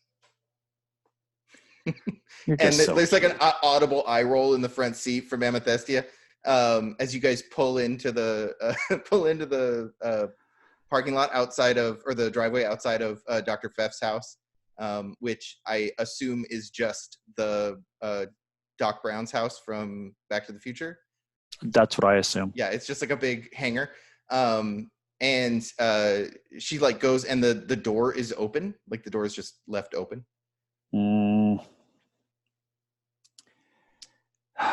Riley, would you do me a favor?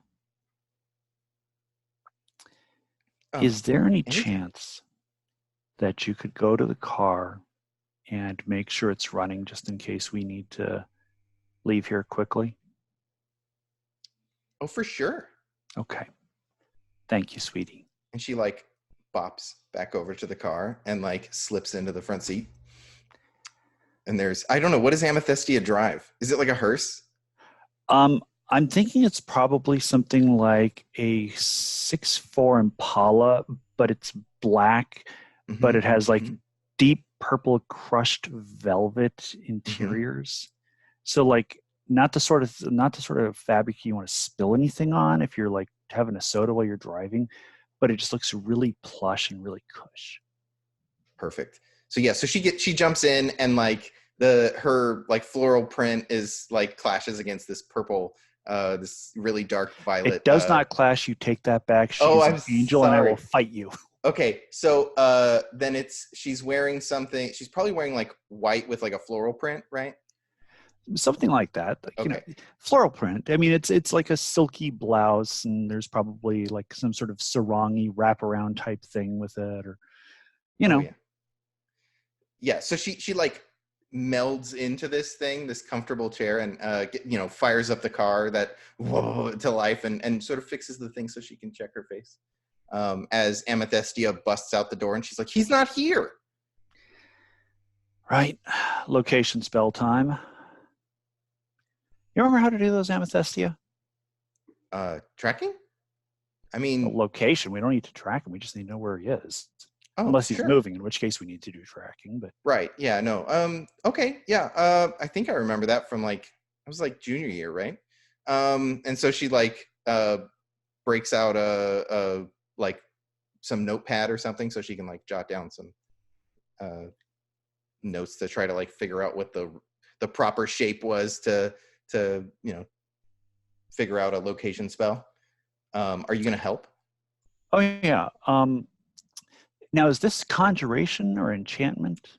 So this would probably be.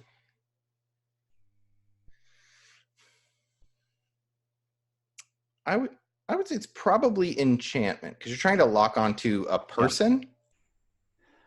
Yeah, and also I think at this point, so I think my mood at this point for the scene is worried because he's not where he's supposed to be, and it's gone from being like cutesy and lovey-dovey to this isn't good.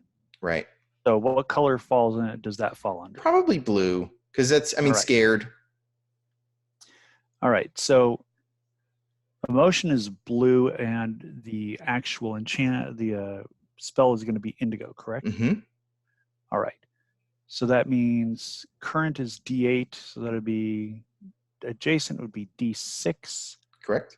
And this is mental, so I'll roll D8 and D6, correct? Is that right? Yep. And I think you that's a lot of dice. Oh no, you're a rebel. That's right. If you'll excuse me, I'm just going to clear everything. Oh, sure. All righty. So 1d6, 1d8. And is there anything in my skills or strengths? So that's what I was looking for. Because I always think of the goth as the outcast, but they have a bonus to indigo. But let's see what you've got. So you have observant. Oh yeah. So you know what? If you look through the house. Good call. And you are investigating the mystery of his absence. Yeah, the missing Mr. Pfeffer. All right. So how do we do the investigation? So so you can spend okay. So you're going to say that you're doing an investigation, and then that's going to be mental and whatever you're thinking about there, or whatever feelings you feel about this investigation, and it is going to gain you clues. All right. That kind of work like Benny's. Well, I think that this is clearly a mental thing. Yeah. And what color is inquisitive? I would say that is vigilant. I would say it's either vigilant, or it would depend on what you fear the outcome would be. If you think it's going to be a bad thing, then blue, and if you think it's going to be a good outcome, then yellow. Right? Optimistic or pessimistic. All righty. So let's do this with yellow then. Too for this. So I have yet to find anything. This is just an open door. Dr. Pfeffer, for all we know, he could have just run out and literally forgot to close the door behind him. Mm-hmm. So correct. I don't want to assume this is bad. Yeah. Until I have reason not to. So that sets it at D8 for that, and mental is also D8. Well, you had said that you were worried, right, when you started the scene? Yeah, because I mean the door being open is somewhat unusual. So it would be your blue would be your current blue. Yeah, okay. And then you would roll yellow, which would be a D4. All right, so D4 and D8. Yeah.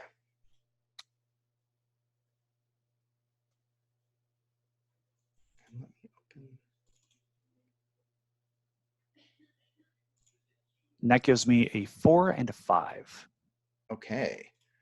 So let me go down to Intro to Journalism and remind myself how that works. 3,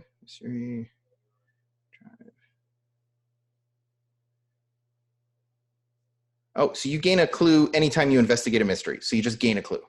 And I don't have anywhere for you to mark that. So just make a note in maybe your notes section or somewhere easy to see that you have one clue.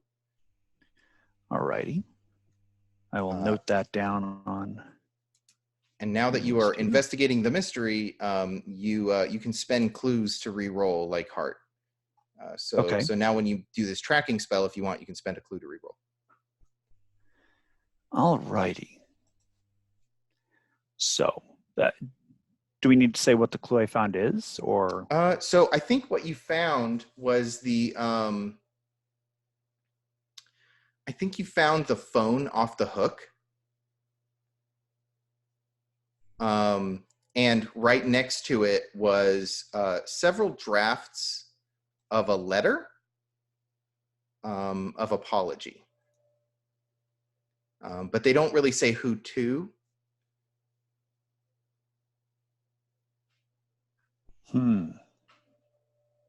Is there anything in the letter that I can make out so that I can figure out who it's to? I bet you could use it as the component for the tracking spell. Okay. Because the intent of the letter, you could use that as like a focus for this spell, and then Gotcha. It would give you probably +2. All right. So, Amethystia, these letters he's writing to say sorry to somebody. You and he hadn't had any problems, had you?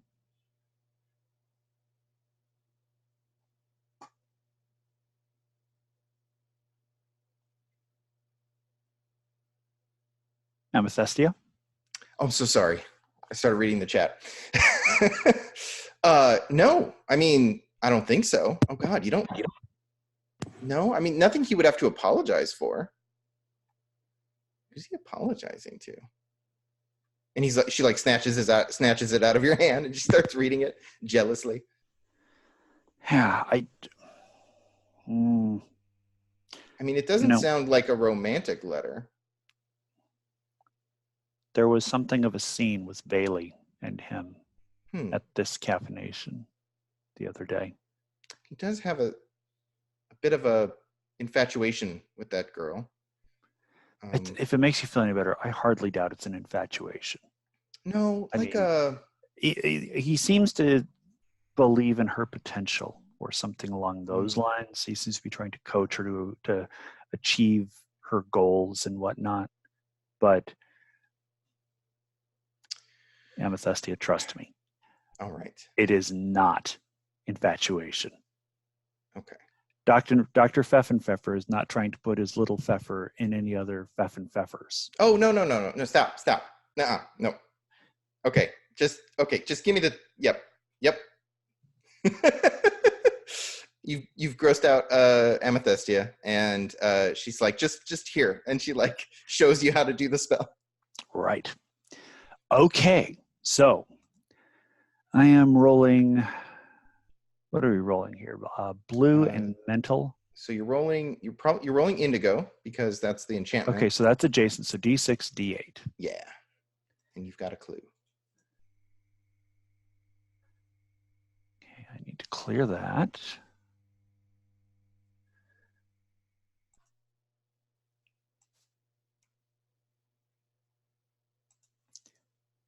That gets me a 5 and a 6. So the 6 explodes, so you get to roll another D6. Okay. This is a lot easier at a table with real dice, I promise. And that gets me a 3. Okay, so you're looking at a 9. So that's so this so I think this letter turns into a little paper airplane and starts floating its way towards a direction. Now, I have a serious question for you. Yeah. Can we pretend like airplanes in the night sky are like shooting stars? Sure. Because I could really use a wish right now. Okay, Lauren got it. Yeah. I was too slow. Yeah, so you've got this you've got this letter. Do we want to cut to arriving at Baylee's house? Sure, we can fast forward. Okay. Although, are there any interesting details about Riley's driving? Oh, Riley is driving now. Yeah. Oh my God. Do we find out that she's actually really, really good at high-speed driving or something like that? Oh my God. Yeah, she's like I think she's a speed demon, but maybe she's not necessarily, it's terrifying, but you guys don't get in an accident. Maybe she's got a little bit of road rage. There's a lot of, anytime she hits traffic, she sort of loses it, and it breaks the, perfect bubbly exterior. Wow. Yeah. I think I'm just sitting in the back seat staring at her, completely enraptured, like, I have never seen this side of you before, and I have never liked you more than I do right now. Do you say that to her? Or is that just Actually, the stare you're giving her? I think that I'm thinking it, and I actually say it, and then she like turns around and gives me one of those bubbly smiles and says, "Oh, that's so sweet." She definitely turns around to like do the "aw," and then that's like she's driving way too fast, and someone like there's like a little granny car just going like 10 miles an hour in front, and she like swerves into oncoming traffic to go around it. Probably cussing and then, at it the entire time. I'm finding out she knows a lot of words that I did not know that she knew. Oh yeah, she has some choice, colorful language for the lady driving the car that she passed, and like into Baylee's driveway, or the driveway of your apartment building, I assume. Where does Baylee live?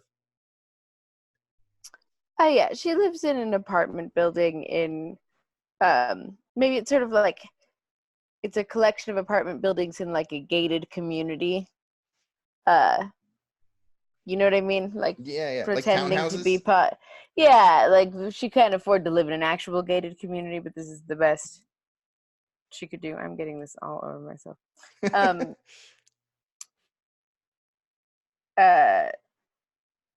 So yeah, it's I'm assuming that Synovia, is it Synovia? Bother. Sorry, I had a Synovia in another game, and so this is like really weird for me. Synovia, right? Does anybody know? I think it's Synovia. Yeah, so Synovia. Sorry, I've been saying with a B. I apologize. So Yeah, I with a assume that V. Synovia knows the access code for the gate because we're friends, right? It's probably not. I would assume so. Yeah. I don't think I'm about to let anybody in, so I'm, for the sake of narrative, going to say that you definitely know the code, yeah.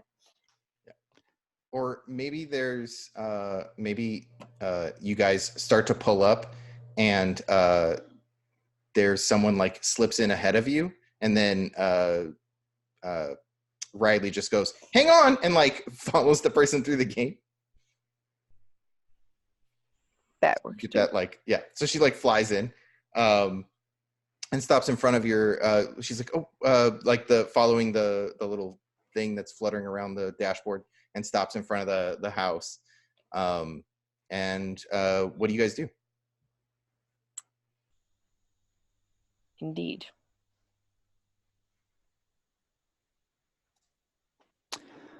Well, considering that I know that Baylee has been mucking around with the dark grimoire, this is a situation where we don't want to go rushing in, because who knows what we'll find. So we need to go in carefully, slowly, and make sure that we're not falling into any booby traps. I don't know why you would think there would be any booby traps around here. Good heavens, it's a gated community. I mean, it's like the safest you can get. Says someone with an actual dark grimoire who has apparently corrupted her. I don't know why you would think that. I've never said such a thing. Anyway, continue on. I was just... Wow. That comment in chat is something else. Yeah. So Amethystia follows you, and she says, "Do you really think there would be, traps? What?" Look,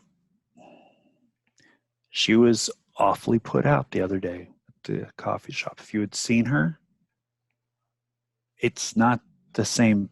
I don't think you would have recognized her. She was mad as hell.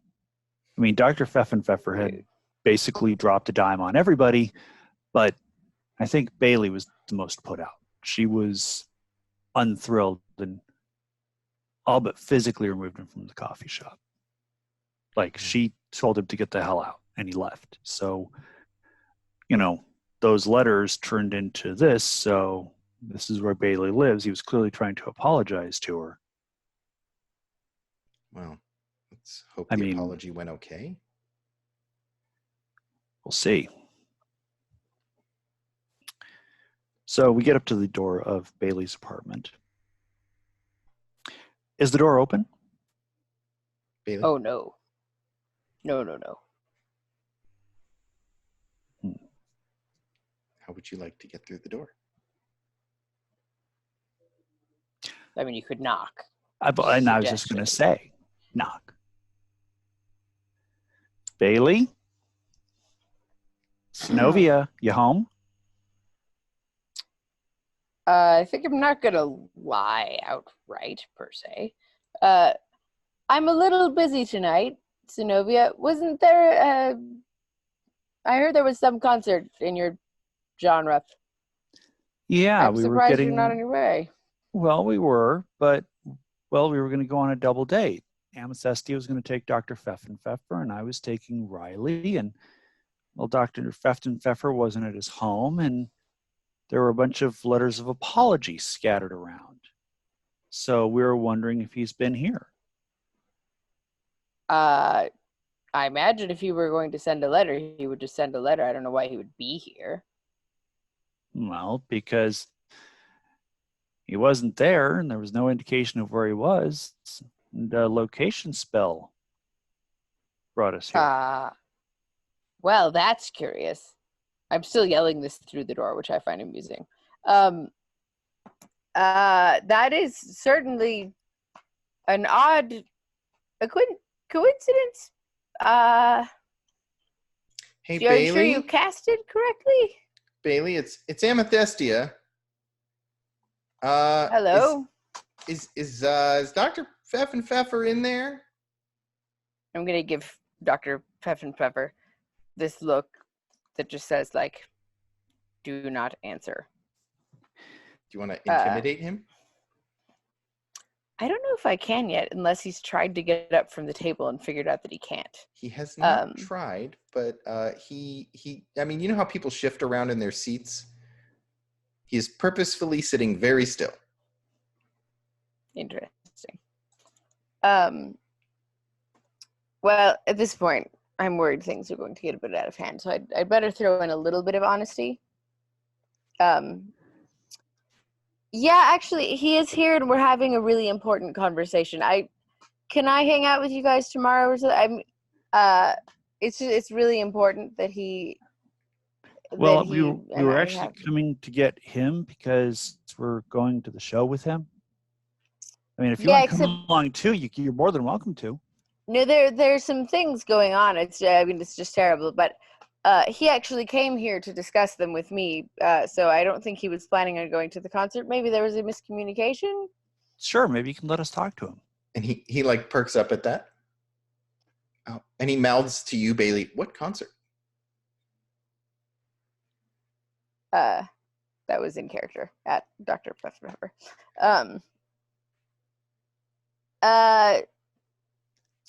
Sure. You know what? I'll come to the door. We're actually just sitting around the table, and you guys can all take a seat, and we'll all talk together. So I will go to the door, let everyone in, and rather than sort of saying right this way and letting them go ahead of me, I'll say, just follow me to the dining room, and I'm going to go and sit in the right chair, so that the only chairs that are left are the ones that have been sigiled. Gotcha. So I think Amethestia like comes in first because she's at this point pretty concerned, unless you push past Synovia. Yeah, I want to be first through the door. Okay. Because Amethestia's, she knows a thing or two about magic, but well, let's just put it this way. She didn't take an intro to journalism class when she was going to El Camino.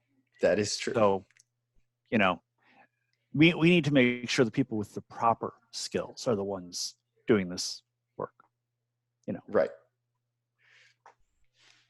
So she's like she looks like she's about to go, and you push past. And she like lets you go in first, and she moves in after, and Riley follows.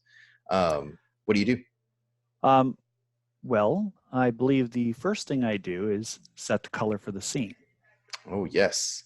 And I think this is definitely a vigilant scene because of the tension. Yeah. So any stress from the previous scenes would be gone. So anybody who has stress can unmark their stress. I just have my tempted thing, which I think sticks around in forever, right? Excuse me, Say that 2 again? seconds. I have the tempted thing that just sticks around for the whole game, right? So tempted stays around until you like deny dark magic. So for the So, whole game. Okay. yeah. All right. So nothing else to clear. But I should pick a color as well, right? Yeah. Everybody would pick their the color that they're feeling at the top of the scene. But I can't pick orange because it's my like special dark magic color. Is that I mean, right? you can pick it. You just can't roll that die. Like that could be how you're feeling. You're just having a condition on an emotion is sort of like having that emotion be so overwhelming or something so counter that you can't really be effective while you Unless you're doing something with dark magic. Right, because the dark magic is preventing you from doing anything other than doing magic. dark magic. Yeah. Right. Okay. So like Actually, I think I'm red Mm, at the moment. all these people are ruining your perfect evening. It's not even quite that. I'm feeling passionate about something. A bit heated. A bit fiery. I could get wrathful, but at the moment, I'm just interested in a very invested sort of way. I like it. I quite like Synovia, who I think. I think Puckett was AFK. I'm here. Yeah. Oh, okay. I just had to scold a misbehaving kitten for a second. Ah, okay. So what does Synovia do? How you doing, Doc? Have they sat down at the table? Sorry, did it? No, we're still standing. He looks over and he says, "Oh, I've been having a captivating conversation." Have you now? You no, you're well. MSSD, is it okay if I call you his girlfriend? I mean that's kind of what you guys are now, right? Dude. And he's like, I mean, we didn't put any labels on it or anything, but just go ahead and say that, my dude. I mean, don't you just sound like a guy who's trying to avoid commitment? No.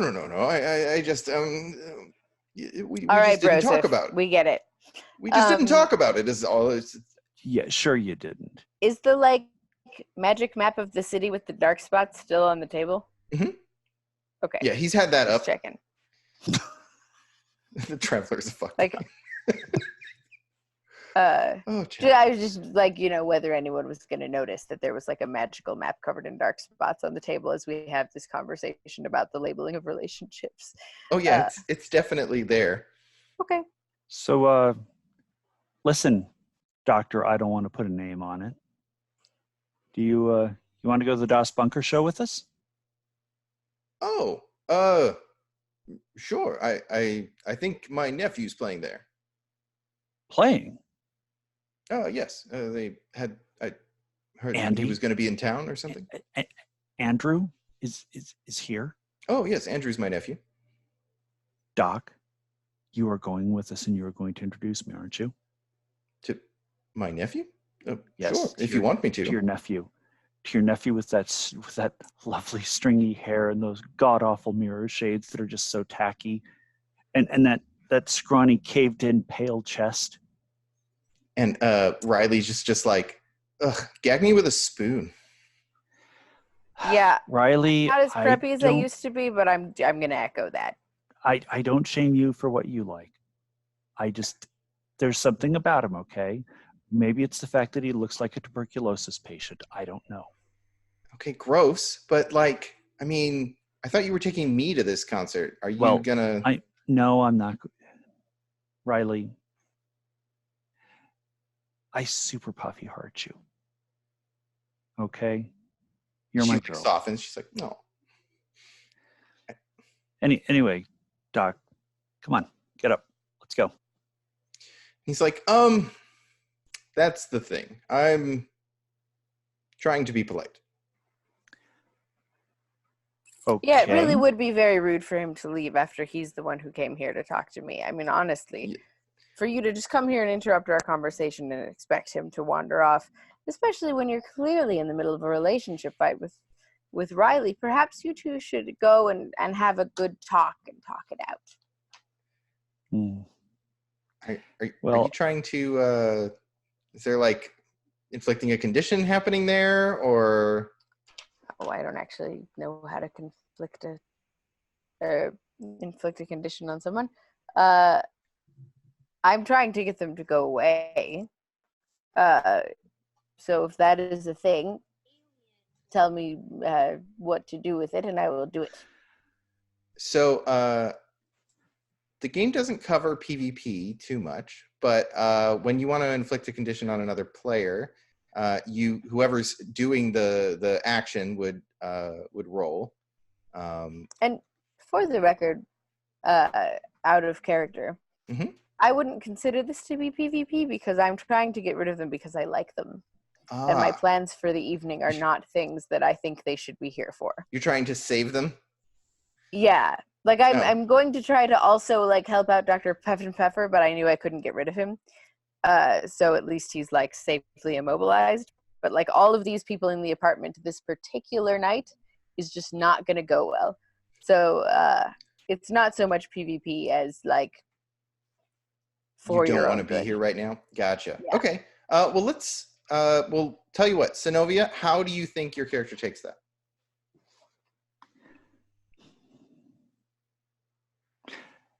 I don't think she's trying to do PvP. I think she's just trying to get Dr. Pfeffer out of there because she knows there was some badness that went down. Mm-hmm. And, you know, him dropping the whole captivating conversation thing and then not moving when she said, come on, let's get out of here. That's kind of a big hint that he's here against his will at this point. Yeah.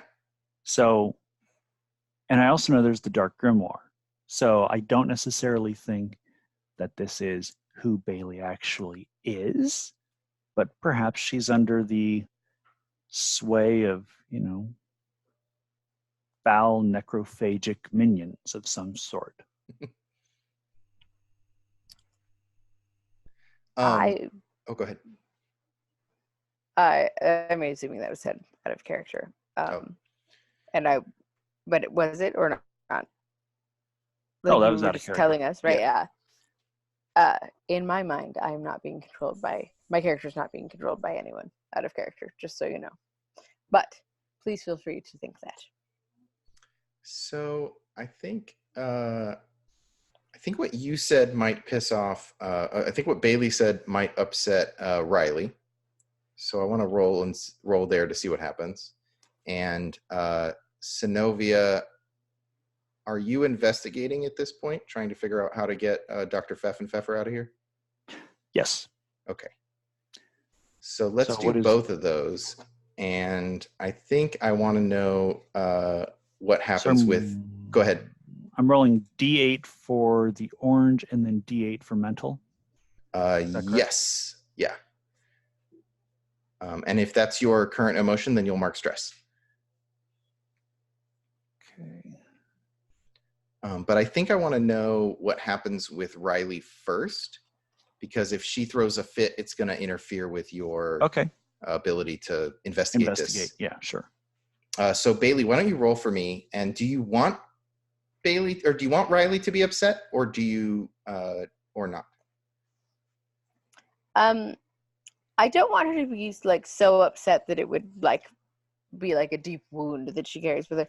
I would like for her to be upset enough to make a fuss and try to get them to leave, or at least get Synovia. Like I've noticed Synovia seems to be acting weird and like eyeing things. Like she's in her first journalism class. It's not like she's a sleuth. So I'm hoping that Riley will distract Synovia, and if it gets too out of hand, I will just politely but firmly ask them to take their relationship troubles elsewhere. Gotcha. So I think a success looks like that, right? Riley trying to get Synovia to leave. And failure probably looks like Riley turning on you. Like this whole thing has ruined what she thought was going to be a great evening. Sure. I don't think she's any match for me. That sounds like a fine consequence. Oh, yeah. Well, it's more of a consequence for Synovia. It's going to be a modifier to that roll, I think. Oh, okay. I thought We'll see you were what saying happens. to my roll. Yeah. So let's see. So let's see Baylee's roll here. I think this is probably sway. But glam could work too, because this is a lot of attitude. And then however you're feeling. I could even, if we're going to use glam, and Andy is Dr. Pepper's nephew who's in town, and I've met him several times, as stated in my character bio. Mm-hmm. Why don't I just hire him to do a private concert? That's what I'm going to use as my sway roll. Ah. So that is glam, for sure. And you are crazy rich, so I think you have +2 here, because you could do it. Yeah. And because I can't use orange. Nope. I mean, you could say that you're feeling vigilant here, but you would just not be able to roll that die. Yes. So I guess I'll take. I mean, I've marked red for the scene. Mm-hmm. So actually, you would unmark orange for the. I don't know why orange is still marked. I don't think I've been doing that properly, but red is what I think I stated this scene was, and I think I'm still there because I've got this evening planned that is really quite riotous, and things are starting to get, it's starting to get towards that time. I'm going to need people to leave, so feeling a bit fiery and a bit passionate about get the fuck out of my house. Before you go, so that gives me. The adjacent is D6. Mm-hmm. And the glam is, did you say I add 2 to it? Yeah, you're going to add 2 to the result. All right. So it's 1d6 and what is my glam at? D8. D8, yeah. So a D6 and a D8, and then I'm going to add 2. Okay. Mm-hmm.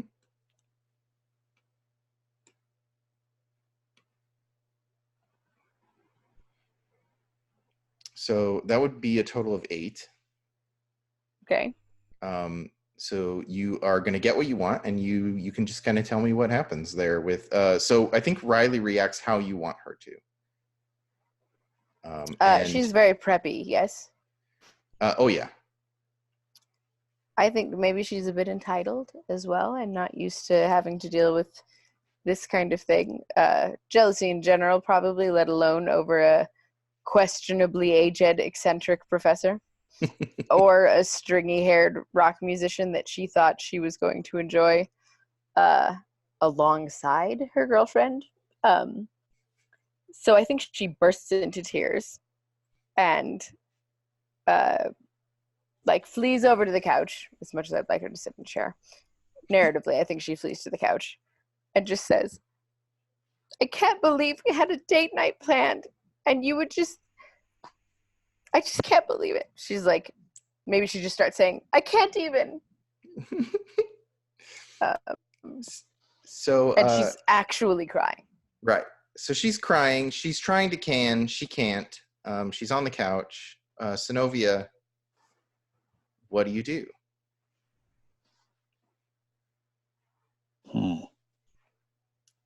So do you go on investigating the mystery, or do you Poor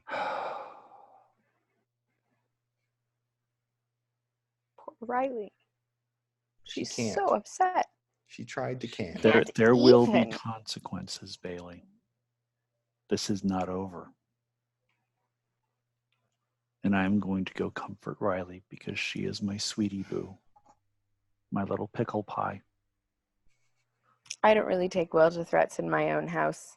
I like you a lot, so I'm going to let that go. But you came here. So maybe get off my case and chill out your weeping girlfriend, yeah? Bitch, I will burn that dark grimoire to a cinder. You can try.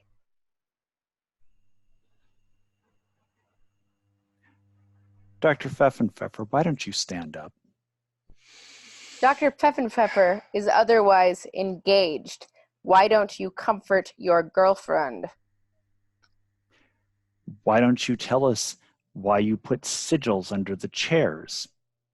Why don't I cast a roll to do some dark magic? I mean, go ahead. Why don't I roll to interfere?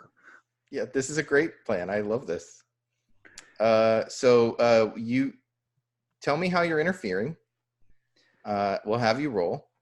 I'm canceling that concert, by the way. You will never meet Andy, like, ever. I know him, and I will tell him what a bitch you are. Just so you know. That's okay. I heard he's garbage anyway. He may make good music, but he's probably a terrible person. Because who dresses like that, honestly? Coming from you, that is the worst comeback ever. I cannot wait to win this duel. You have been raving about him since the moment we met, and 5 minutes ago you were going on about his stringy hair and whatever the hell else. You are not fooling anyone. We all have seen you in your black clothing and all the things. And give me a break. You know you're heartbroken. You're never going to meet him. Even if you won this duel, which you won't, I totally win. You can't have him. And that's okay. So eat it. But you know what you'll have? A Wuthering Heights funeral, bitch. I'll just come back and haunt you. So, but I'm also going to win. Let's do this. I think a roll needs to happen now. So you're going to do some dark magic at Synovia. Synovia is going to try to prevent that dark magic from happening. I think we're just going to roll and see who gets the higher result. All right. So what dice am I rolling? 1d6, 1d8, or 2d8? So first, let's find out what everyone's like success looks like. So what does success look like for you, Baylee?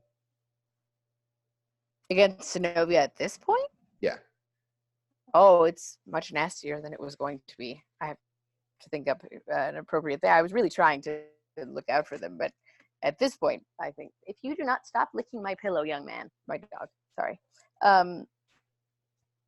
I think it looks like where Dr. Pfeffenpfeffer just can't get out of the chair. Synovia can't move at all. Okay. So not physical harm, like petrification. No.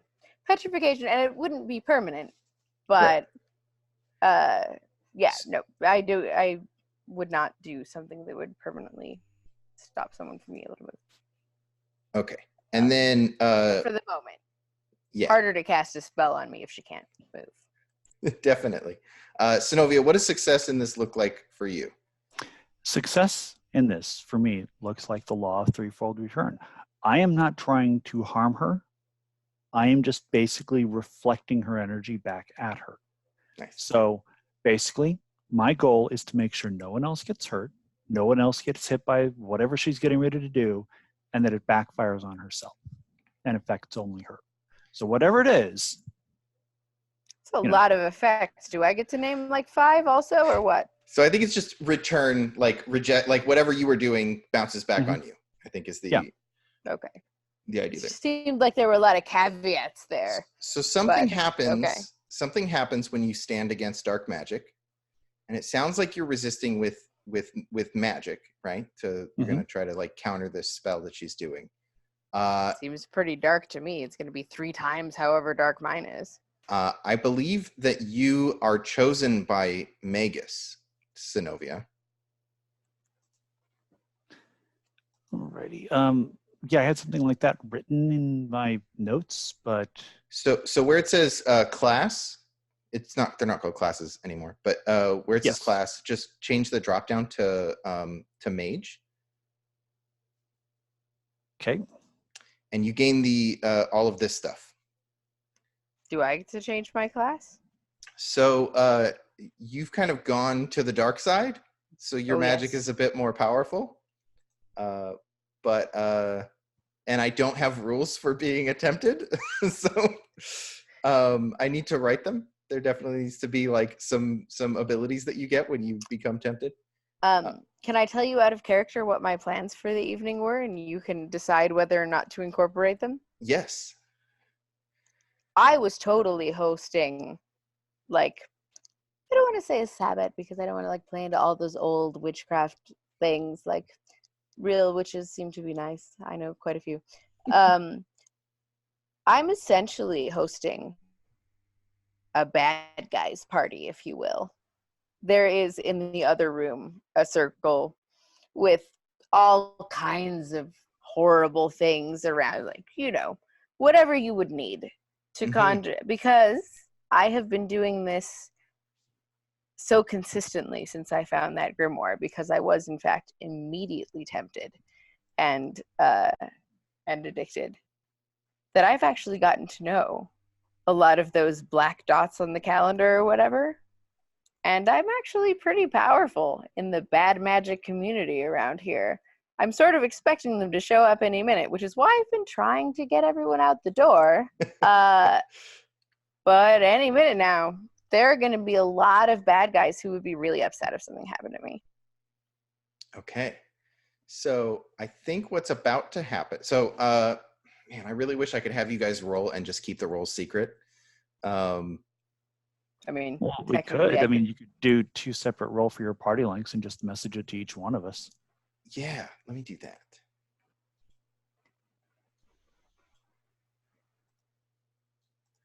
Because I want to first check in with everybody because it's 7 minutes to 9. And I want to see how everyone's feeling, if anyone has a hard out. I can keep going for a few minutes. And you're EST, Barry, right? Yeah, I'm Eastern time. I would like to have a real short scene / epilogue-ish, but I don't want to. I can't do like another half hour or anything. I'm very old, man. Okay. Do we want to cut here for a second and go over to Barry and let that happen? Yep. I'm pasting the. I'm sending you guys your roll for the party links. For the record, Zenobia, had she come alone, would have been invited to what would have been the party of the century. It's really too bad it played out this. Okay, so I think we cut back to Billy, and so both of you do your rolls that you were going to do, and just we'll come back to those to find out how. Which dice are we doing? It would be magic. So if you're creating a shield, that might be conjuration, so maybe yellow, and then mental, and then she'll do mental and her dark her tempted trait. All right, D6 and D8, got it. Okay, so Billy, I'm sorry that this scene's going to be so concatenated, but Kyle leans over your shoulder and he's like, "Bro, that was hilarious. I can't." Sorry, I was just gonna set my emotion for the scene. Mm-hmm. Yeah.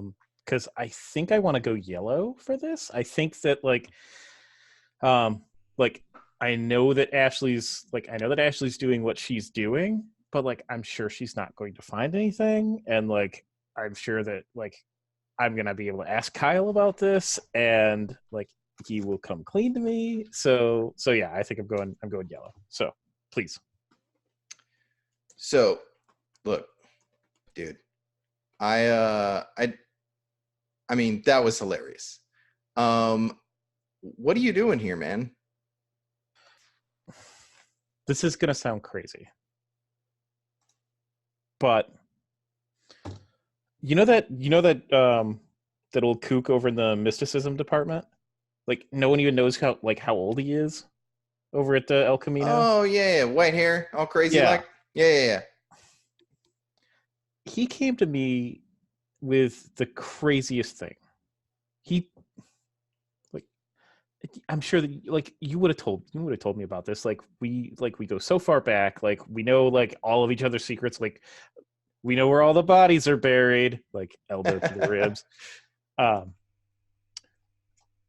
But he said that like you've been getting yourself like in trouble with some sort of dark magic, and that's just whoa, shh. Hey man, don't just like say that shit. Like there's, and he like looks over his shoulder. He's like, whoa, no. That's not me. That's because you'd tell me if you were having like a problem, wouldn't you? yeah, like, man. Of course I'd tell you. Because you know that I'd be there for you. Yeah, actually, no. I was just about to ask you if, dude. Okay, so I heard that there's this killer party later. A bunch of my friends are going, and do you want to come? Well, look, Can you just tell me that you didn't do it? Didn't do what, man? No. It's not like that. It's fine. What do you mean it's fine? Dude, it's great even. And he's really convincing.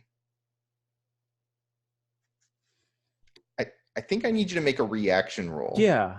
Okay, how do I do that? So it's the same kind of roll. It's just I trigger it instead of you. Okay. So this is probably psych because he's trying to enchant you right now. Mm-hmm. Okay. And can I help with reaction rolls? Yeah, totally. If you like bust in this scene, just tell me how you're helping, and then he'll have +2. I know exactly how I'm helping. I'm going to do some telekinesis on the pages I ripped out, because of course I ripped them out for a reason.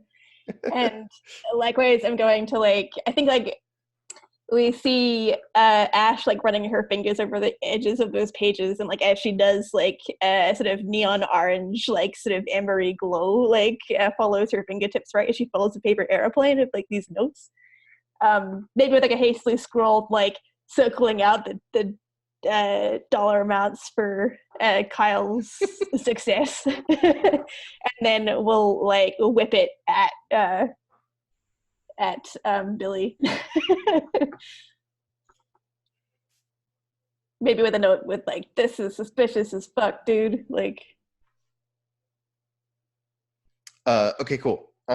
Yeah, so this so you just telekinesis these pages in front of him? Yeah, totally. Okay, cool. So that all these papers fly at him when he's trying to enchant you, right? And I think it's enough of a distraction that it gives you a little bit of a bonus to break eye contact with him.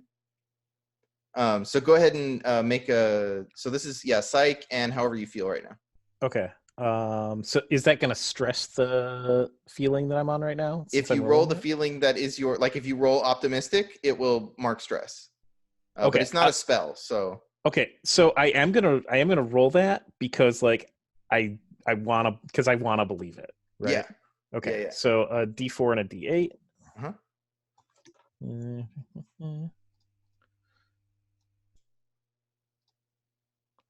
Okay, so that's a 3 on the D4 and an 8 on the D8, which I'm going D8. to add another D8. And that's a 6, so that is a 14 and a 16 with the additional 2. Okay, so this is great effect. So why don't you tell? You know what? I think so. We're at 9.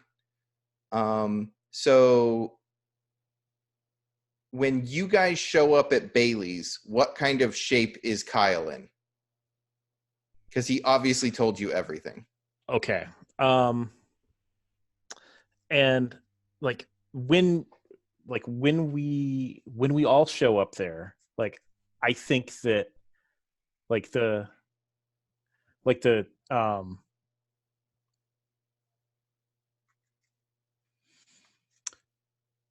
think that the pages of of paper airplane ledger that Ash flew out to me, I think that if we could just shorthand this, Mm-hmm. I think that I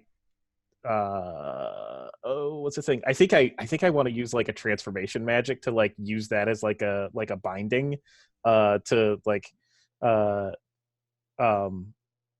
like have the like the numbers of the crime like literally be like what's like got his hands like behind his back when he comes with us. And so like the like you can see the detail of what he's been doing and like how he's been taking advantage of this, like just like literally in the numbers, literally all over him.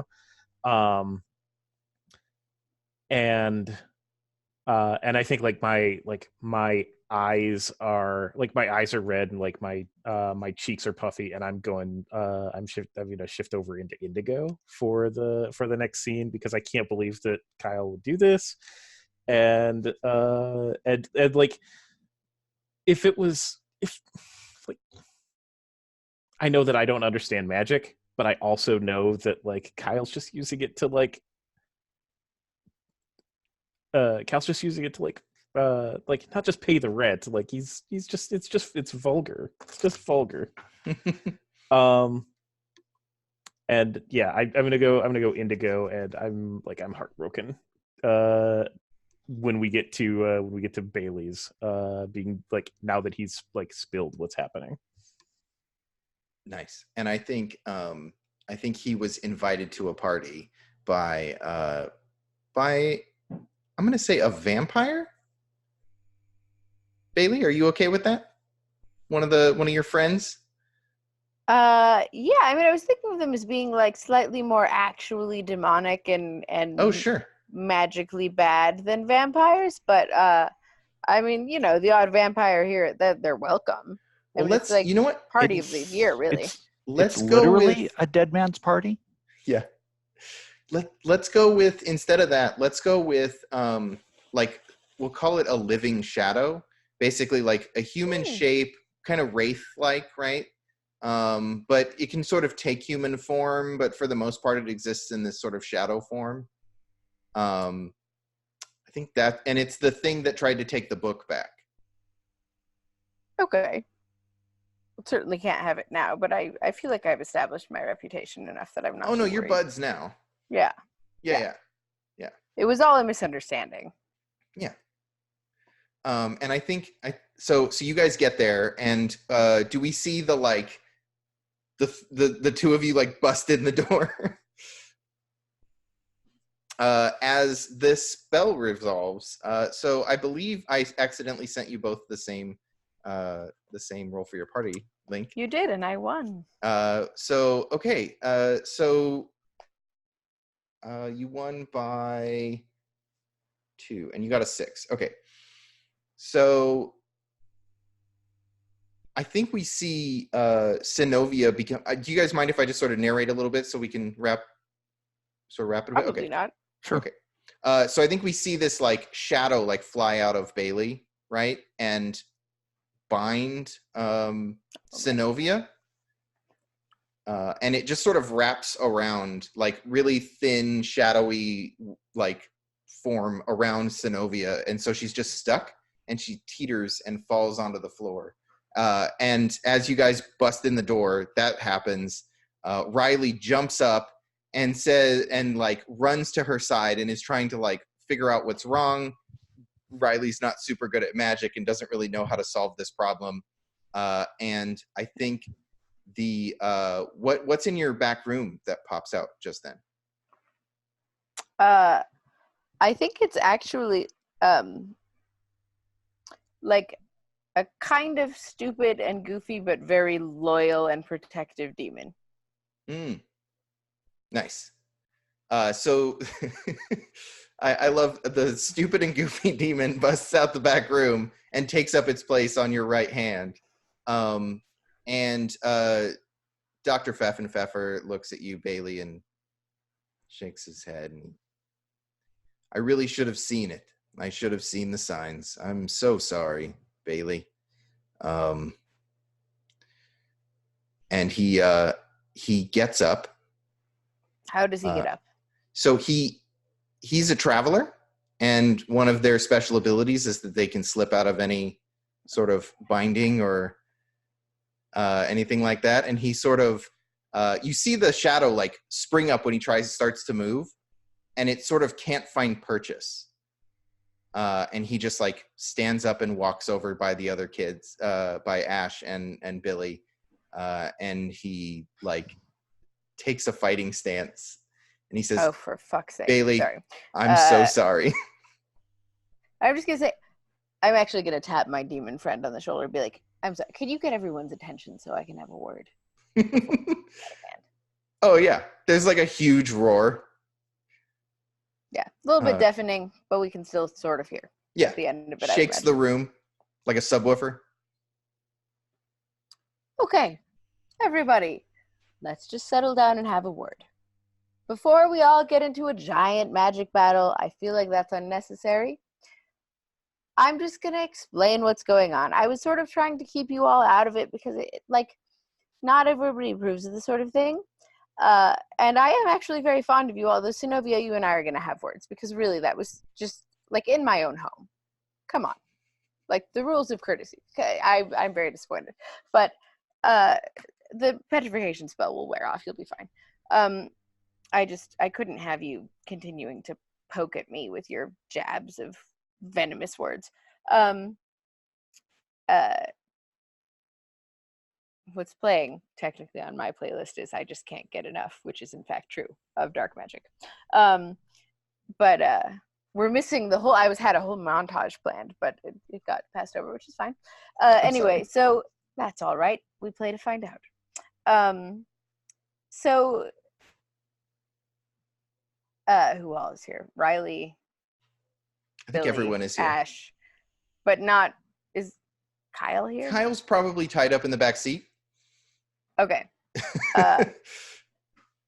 So you all know that I have the grimoire because, Professor, you so kindly informed everyone at the table the other day, as though that were your secret to reveal. It's all right. I forgive you. We all make mistakes. As it happens, you were absolutely right that playing with this thing is just addictive as hell. And so I've basically done nothing else since I got it. And it turns out a lot of these demons are really fun to party with. And they'll lend you some of their power. You can cast all kinds of spells, even stuff that's not in the book. It's great. But I knew you all wouldn't necessarily disappear. So I've been trying to get you out of the door all evening because I have a party planned. And my bud here, I'm reaching up because he's so much bigger than I am to put a hand on his shoulder. My buddy here is just the first. The whole apartment's going to be rocking with demon partying. I mean, pretty much any minute. The first guest is here. And I didn't want you all caught up in it. So, I'm sorry it had to come to the sigil thing with the chair and petrifying and all that. I really just wanted the best for all of you. And I continue to want the best for all of you. But if you're going to keep antagonizing me in my home on an evening that I've been looking forward to so much, I would have to, it would wound me to have to use a much more severe spell to keep you out of my way during my party. So the way I see it, there are 3 possible outcomes. Well, 4 really. 1, you leave, you don't tell anyone, and we all go on being friends, which really would be my preferred outcome. 2, I bind you all with a much more effective spell. And professors, if I guess you're a wanderer. They told me about your sort. Slippery bunch. But there are ways to immobilize someone other than binding them. And they're a little more painful, but a girl's got to do what a girl's got to do. So that would be sort of option 2. And then I would just tuck you all in a closet until the party's over. And then I'm sure we could work it out like adults. Option 3, you keep trying to fight me. I'm not going to say I would destroy all of you. But if I had to use really aggressive magic because you were all attacking me in my home, it could get out of hand. And my friend here is very protective, and I don't know who else is showing up. So I just feel like that's not a good option. And probably the worst option would be if you were all fighting me and all of the rest of my guests showed up and ate you. So of the 4 options, like, we're all friends. I don't want to dictate what you do. You guys pick. I suggest option 1. I'll even unpetrify Synovia if we can all agree on option 1. So I think we should montage this scene out, and we'll see everyone add what they're doing. We'll go around the crew here. Everybody tell me what they're doing. And then I think we'll just have Baylee roll and see what happens. And if the things that you're doing are significantly hindering Baylee, then she'll have a -2. And if the things that you're doing are like running away, then she'll probably be even. And if anyone turns and helps Baylee, then, she'll get +2. What about my giant demon friend? Your giant demon friend is definitely here to help. So we'll kind of see, like, are you getting more help than hinder? It sounds like you're outnumbered. Only for now. But dark magic is powerful. So let's have everybody add one thing. I'll start with Ashley. Well, in my head, this is like the cool kid party that the outcast is like not welcome at. Oh, you're totally welcome. If you were to say something like supportive, you could totally stay, and I'll tell all my friends not to eat you. I appreciate it. I think this is more like Ashley's like insecurities about like people not wanting to be around. Like, this is sort of like her perception on like, I'm not cool enough for this demon party. No one wants me. Like self-doubt. So I think like, and she's also got a fear of commitment, and binding sounds like a bit too much of a commitment. So I think like she hears that, and she just kind of like that. Okay, like, I'm out. Peace. I'll see you all at school tomorrow. I'm gonna yell after her. If you decide you don't dislike the dark so much and want to come dance, you're always welcome. Ah. Nice. I love that it's like a sweet, like, oh, okay, well, thanks. I appreciate the invite. I do genuinely like all these people, To your weird I party. don't want to hurt them. I just need to have my party. Billy. You know what I'm going to do? I'm going to do what I should have done the last time that I got an invitation from you. And that's get the hell out of here, because I've got other things that I need to be doing. And for that matter, I don't know anything about where you come from, like looking up at the very tall demon.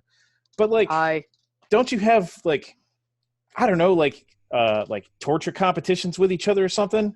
Don't you have something to get back to? I promise you, whatever you got going on at home, way better than anything that she's gonna do. You're gonna mortgage your future just for this party here tonight. I'm out of here. And I'm gonna yell after Billy. Look, it's not my fault if you drink too much to get it up. Oh my. Synovia. Yeah, I mean, he implied that the night with me was not good first. I can't let that stand. Synovia, what does Riley do since you're petrified? I don't know. What does Riley do? Well, you tell me, do you think Riley turns to fight, or do you think Riley picks you up and leaves with you? Or is there some miraculous busting out of... I think that's actually a Lauren question. Yeah, that is your Riley bond. is your bond. Oh gosh. I'm totally fine with whatever. I'm not interacting at all with Riley, so I was just enjoying watching her do her thing. I think because it's Ashley's bond and Ash left already. I think deceptively strong Riley like puts Synovia over her shoulder and like runs to catch up to Ash, and she's like, she just like sort of slips out. She's like, invited. Sorry. And she like. And I'll yell after them because I'm yelling after everyone. The spell should wear off in a few hours. Make sure you have a juice box and a blanket and stuff, kind of like aftercare. She'll be fine. Yeah. Anything you say, crazy. And she like leaves. And she catches up to Ash, and she's like, so are all of your and Zenovia's friends this bonkers? Or, I mean, that was, hey, so I've got a car. Do you guys need a ride, or? I think I look at Billy. Like, what's Billy's plan? I still have a crush on Billy. I think we need to like. I think like with Riley coming out, she's got a car. Like I think I think I want to just like dump Kyle and be like, look, go in, or you can go to your party, enjoy it, whatever, I don't care. And like I'll release him from the binding, and I'll just be like, you can give him a ride home. Let's get out of here, Ash. Ash like nods and drive off in the 91 Celica that we took off the lot. Totally. It's only appropriate. So since we're still in this montage, Zenovia, what does Amethystia do to get Dr. Pfeffer to leave?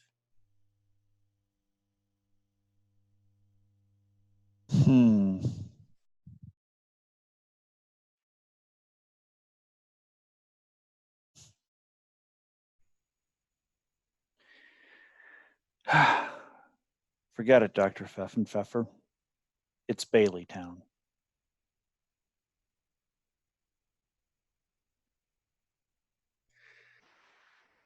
I suppose you're right. And he looks like he failed, and he nods to Baylee and he says, I suppose enjoy your party. We'll surely meet again. You know, Dr. P, you're a pretty powerful magic user yourself. We've got a lot of cool stuff on the dark side, man.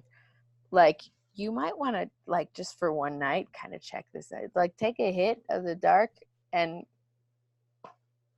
I mean, it's good stuff. I think that's where the roll happens. Oh, am I tempting him? Yeah, let's see if it works. That would be hilarious. I really hope it does. So let's see. How do I do that? Let's go back to the unduly guiding duckling. Roll for your party chat. Yes. I'm going to clear the room because there are a lot of dice. And so I guess... So I think this is a flat roll because no one really opposed you, or no one turned to your side either. Right. I was going to use my emotion, which is, I was going to say yellow, joyous, optimistic, and conjuration all sound like things I'm going for. I'm optimistic he's going to, like, I'm joyous about my party, optimistic he's going to join, and I'm certainly doing some conjuring. So yellow is adjacent to, if I can't mark orange, does yellow count as adjacent to red because you skip over it? So no? It's not that you can't mark orange. You can't roll the die. So if you were ever to roll orange, you would just roll your trait die instead of your trait and your emotion. Okay. So, but did you roll something that would have pulled you into orange? I definitely attacked Zenovia. Oh, like yeah. Okay, cool. So then you would be at orange. So it would be a D6 for yellow. Okay. And I just roll the 1d6, or I roll the d6 plus a trait? Probably sway. Sway, that's right. Okay, so d6 plus a d4.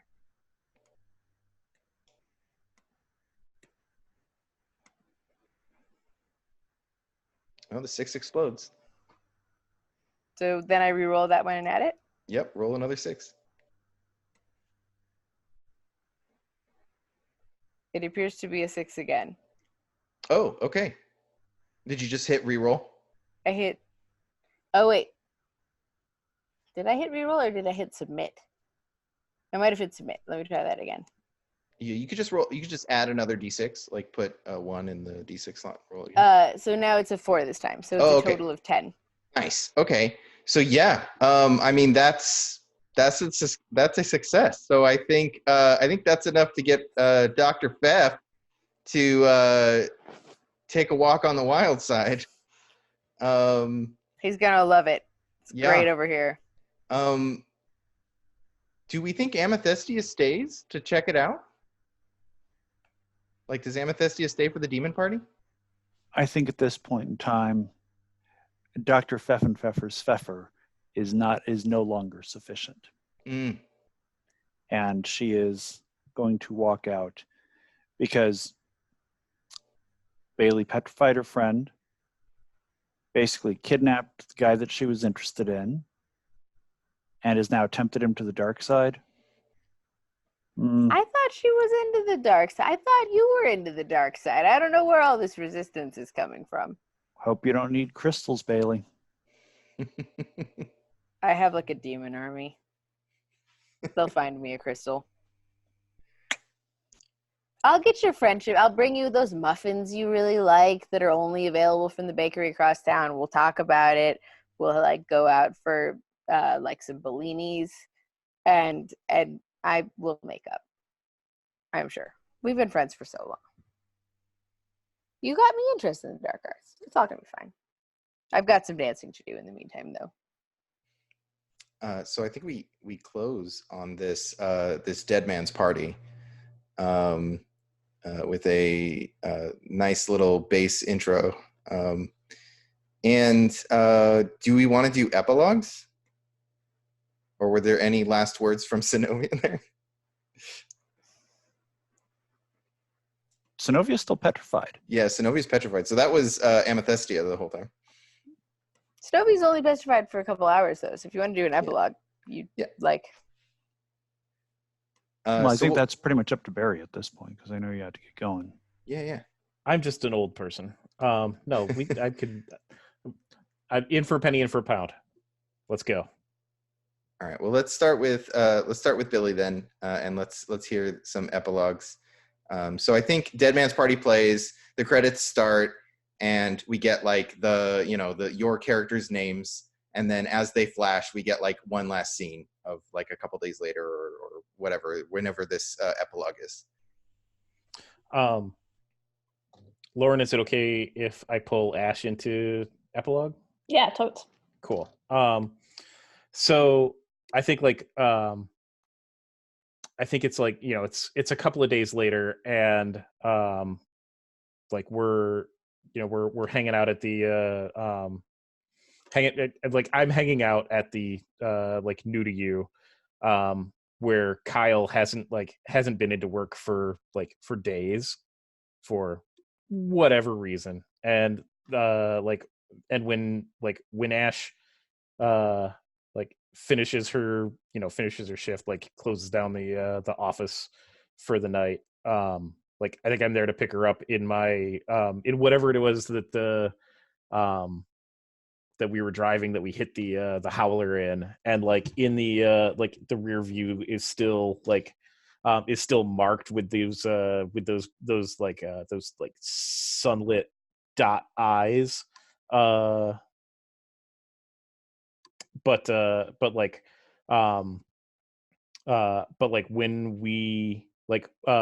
when we pull out of the parking lot, Lauren, what do you think about Billy having a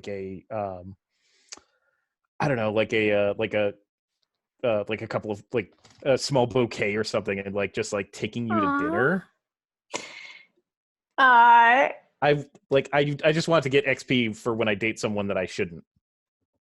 Totally. And it's for sure that sort of montage-y kind of they look at Ash's face, it's like, oh fuck, this isn't what I want. Commitment, scary. But then there's the shy, okay, fine, kind of like we can go, kind of thing. Sweet. I like that heaps. And then we get in the car. She puts on the aviators or shades and whacks on some bright orange lipstick. Do you want to color that like in any other way? No, I love that. I like driving that shot of like the car we stole from the lot, pulling up at some cheap diner with the bouquet in the back. I think the tail lights on the car are like instead of red, they're blue. Yes. You read my mind. That's totally what I was thinking as well. Awesome.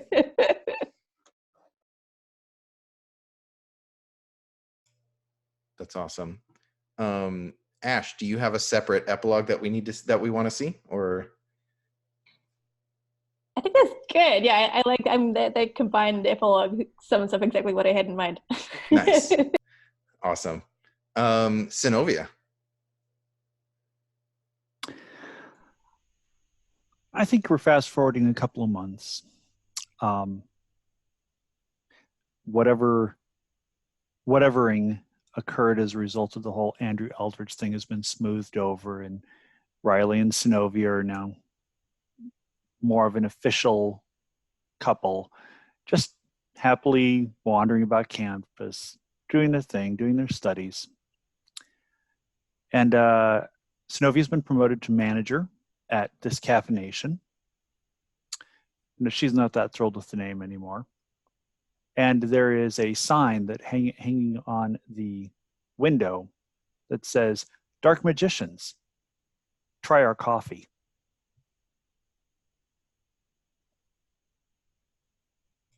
Awesome.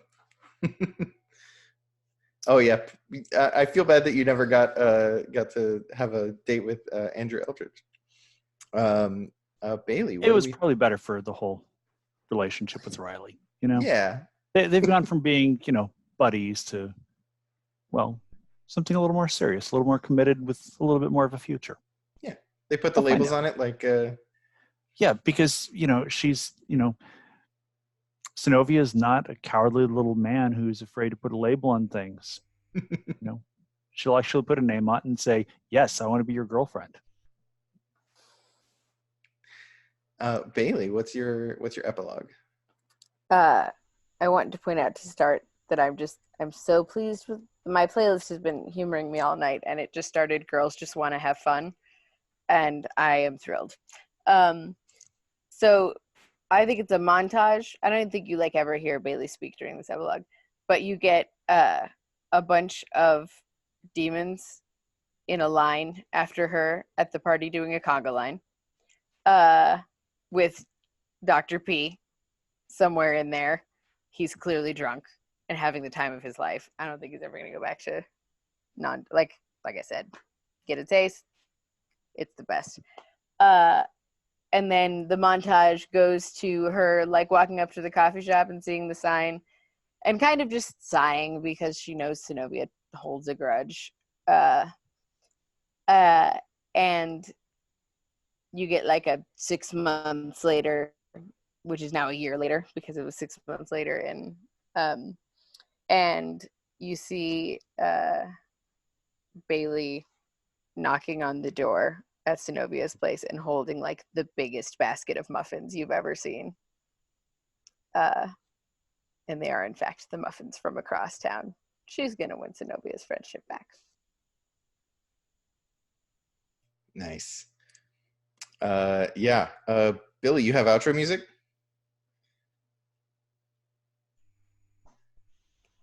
Sorry, you said you addressed me too quickly. Oh, sorry. I was trying to copy all of the things. YouTube link. I have a Spotify link. I don't know if it's on YouTube. Spotify link. It's this amazing band called Cheap Talk, who put out this record in 2015. That is it is the most vaporwave 80s throwback. But there's a song on there called "Love Is a Dying Art" that I just put some lyrics in the chat. Love is dying art, but if you let me paint the scene, I'll be the color of your world. seemed appropriate. That's awesome. Yeah, check them out. Cheap Talk rules. Well, that's Lighthearted, everybody. We did it. We did a game. Thank you so much, everyone, for playing.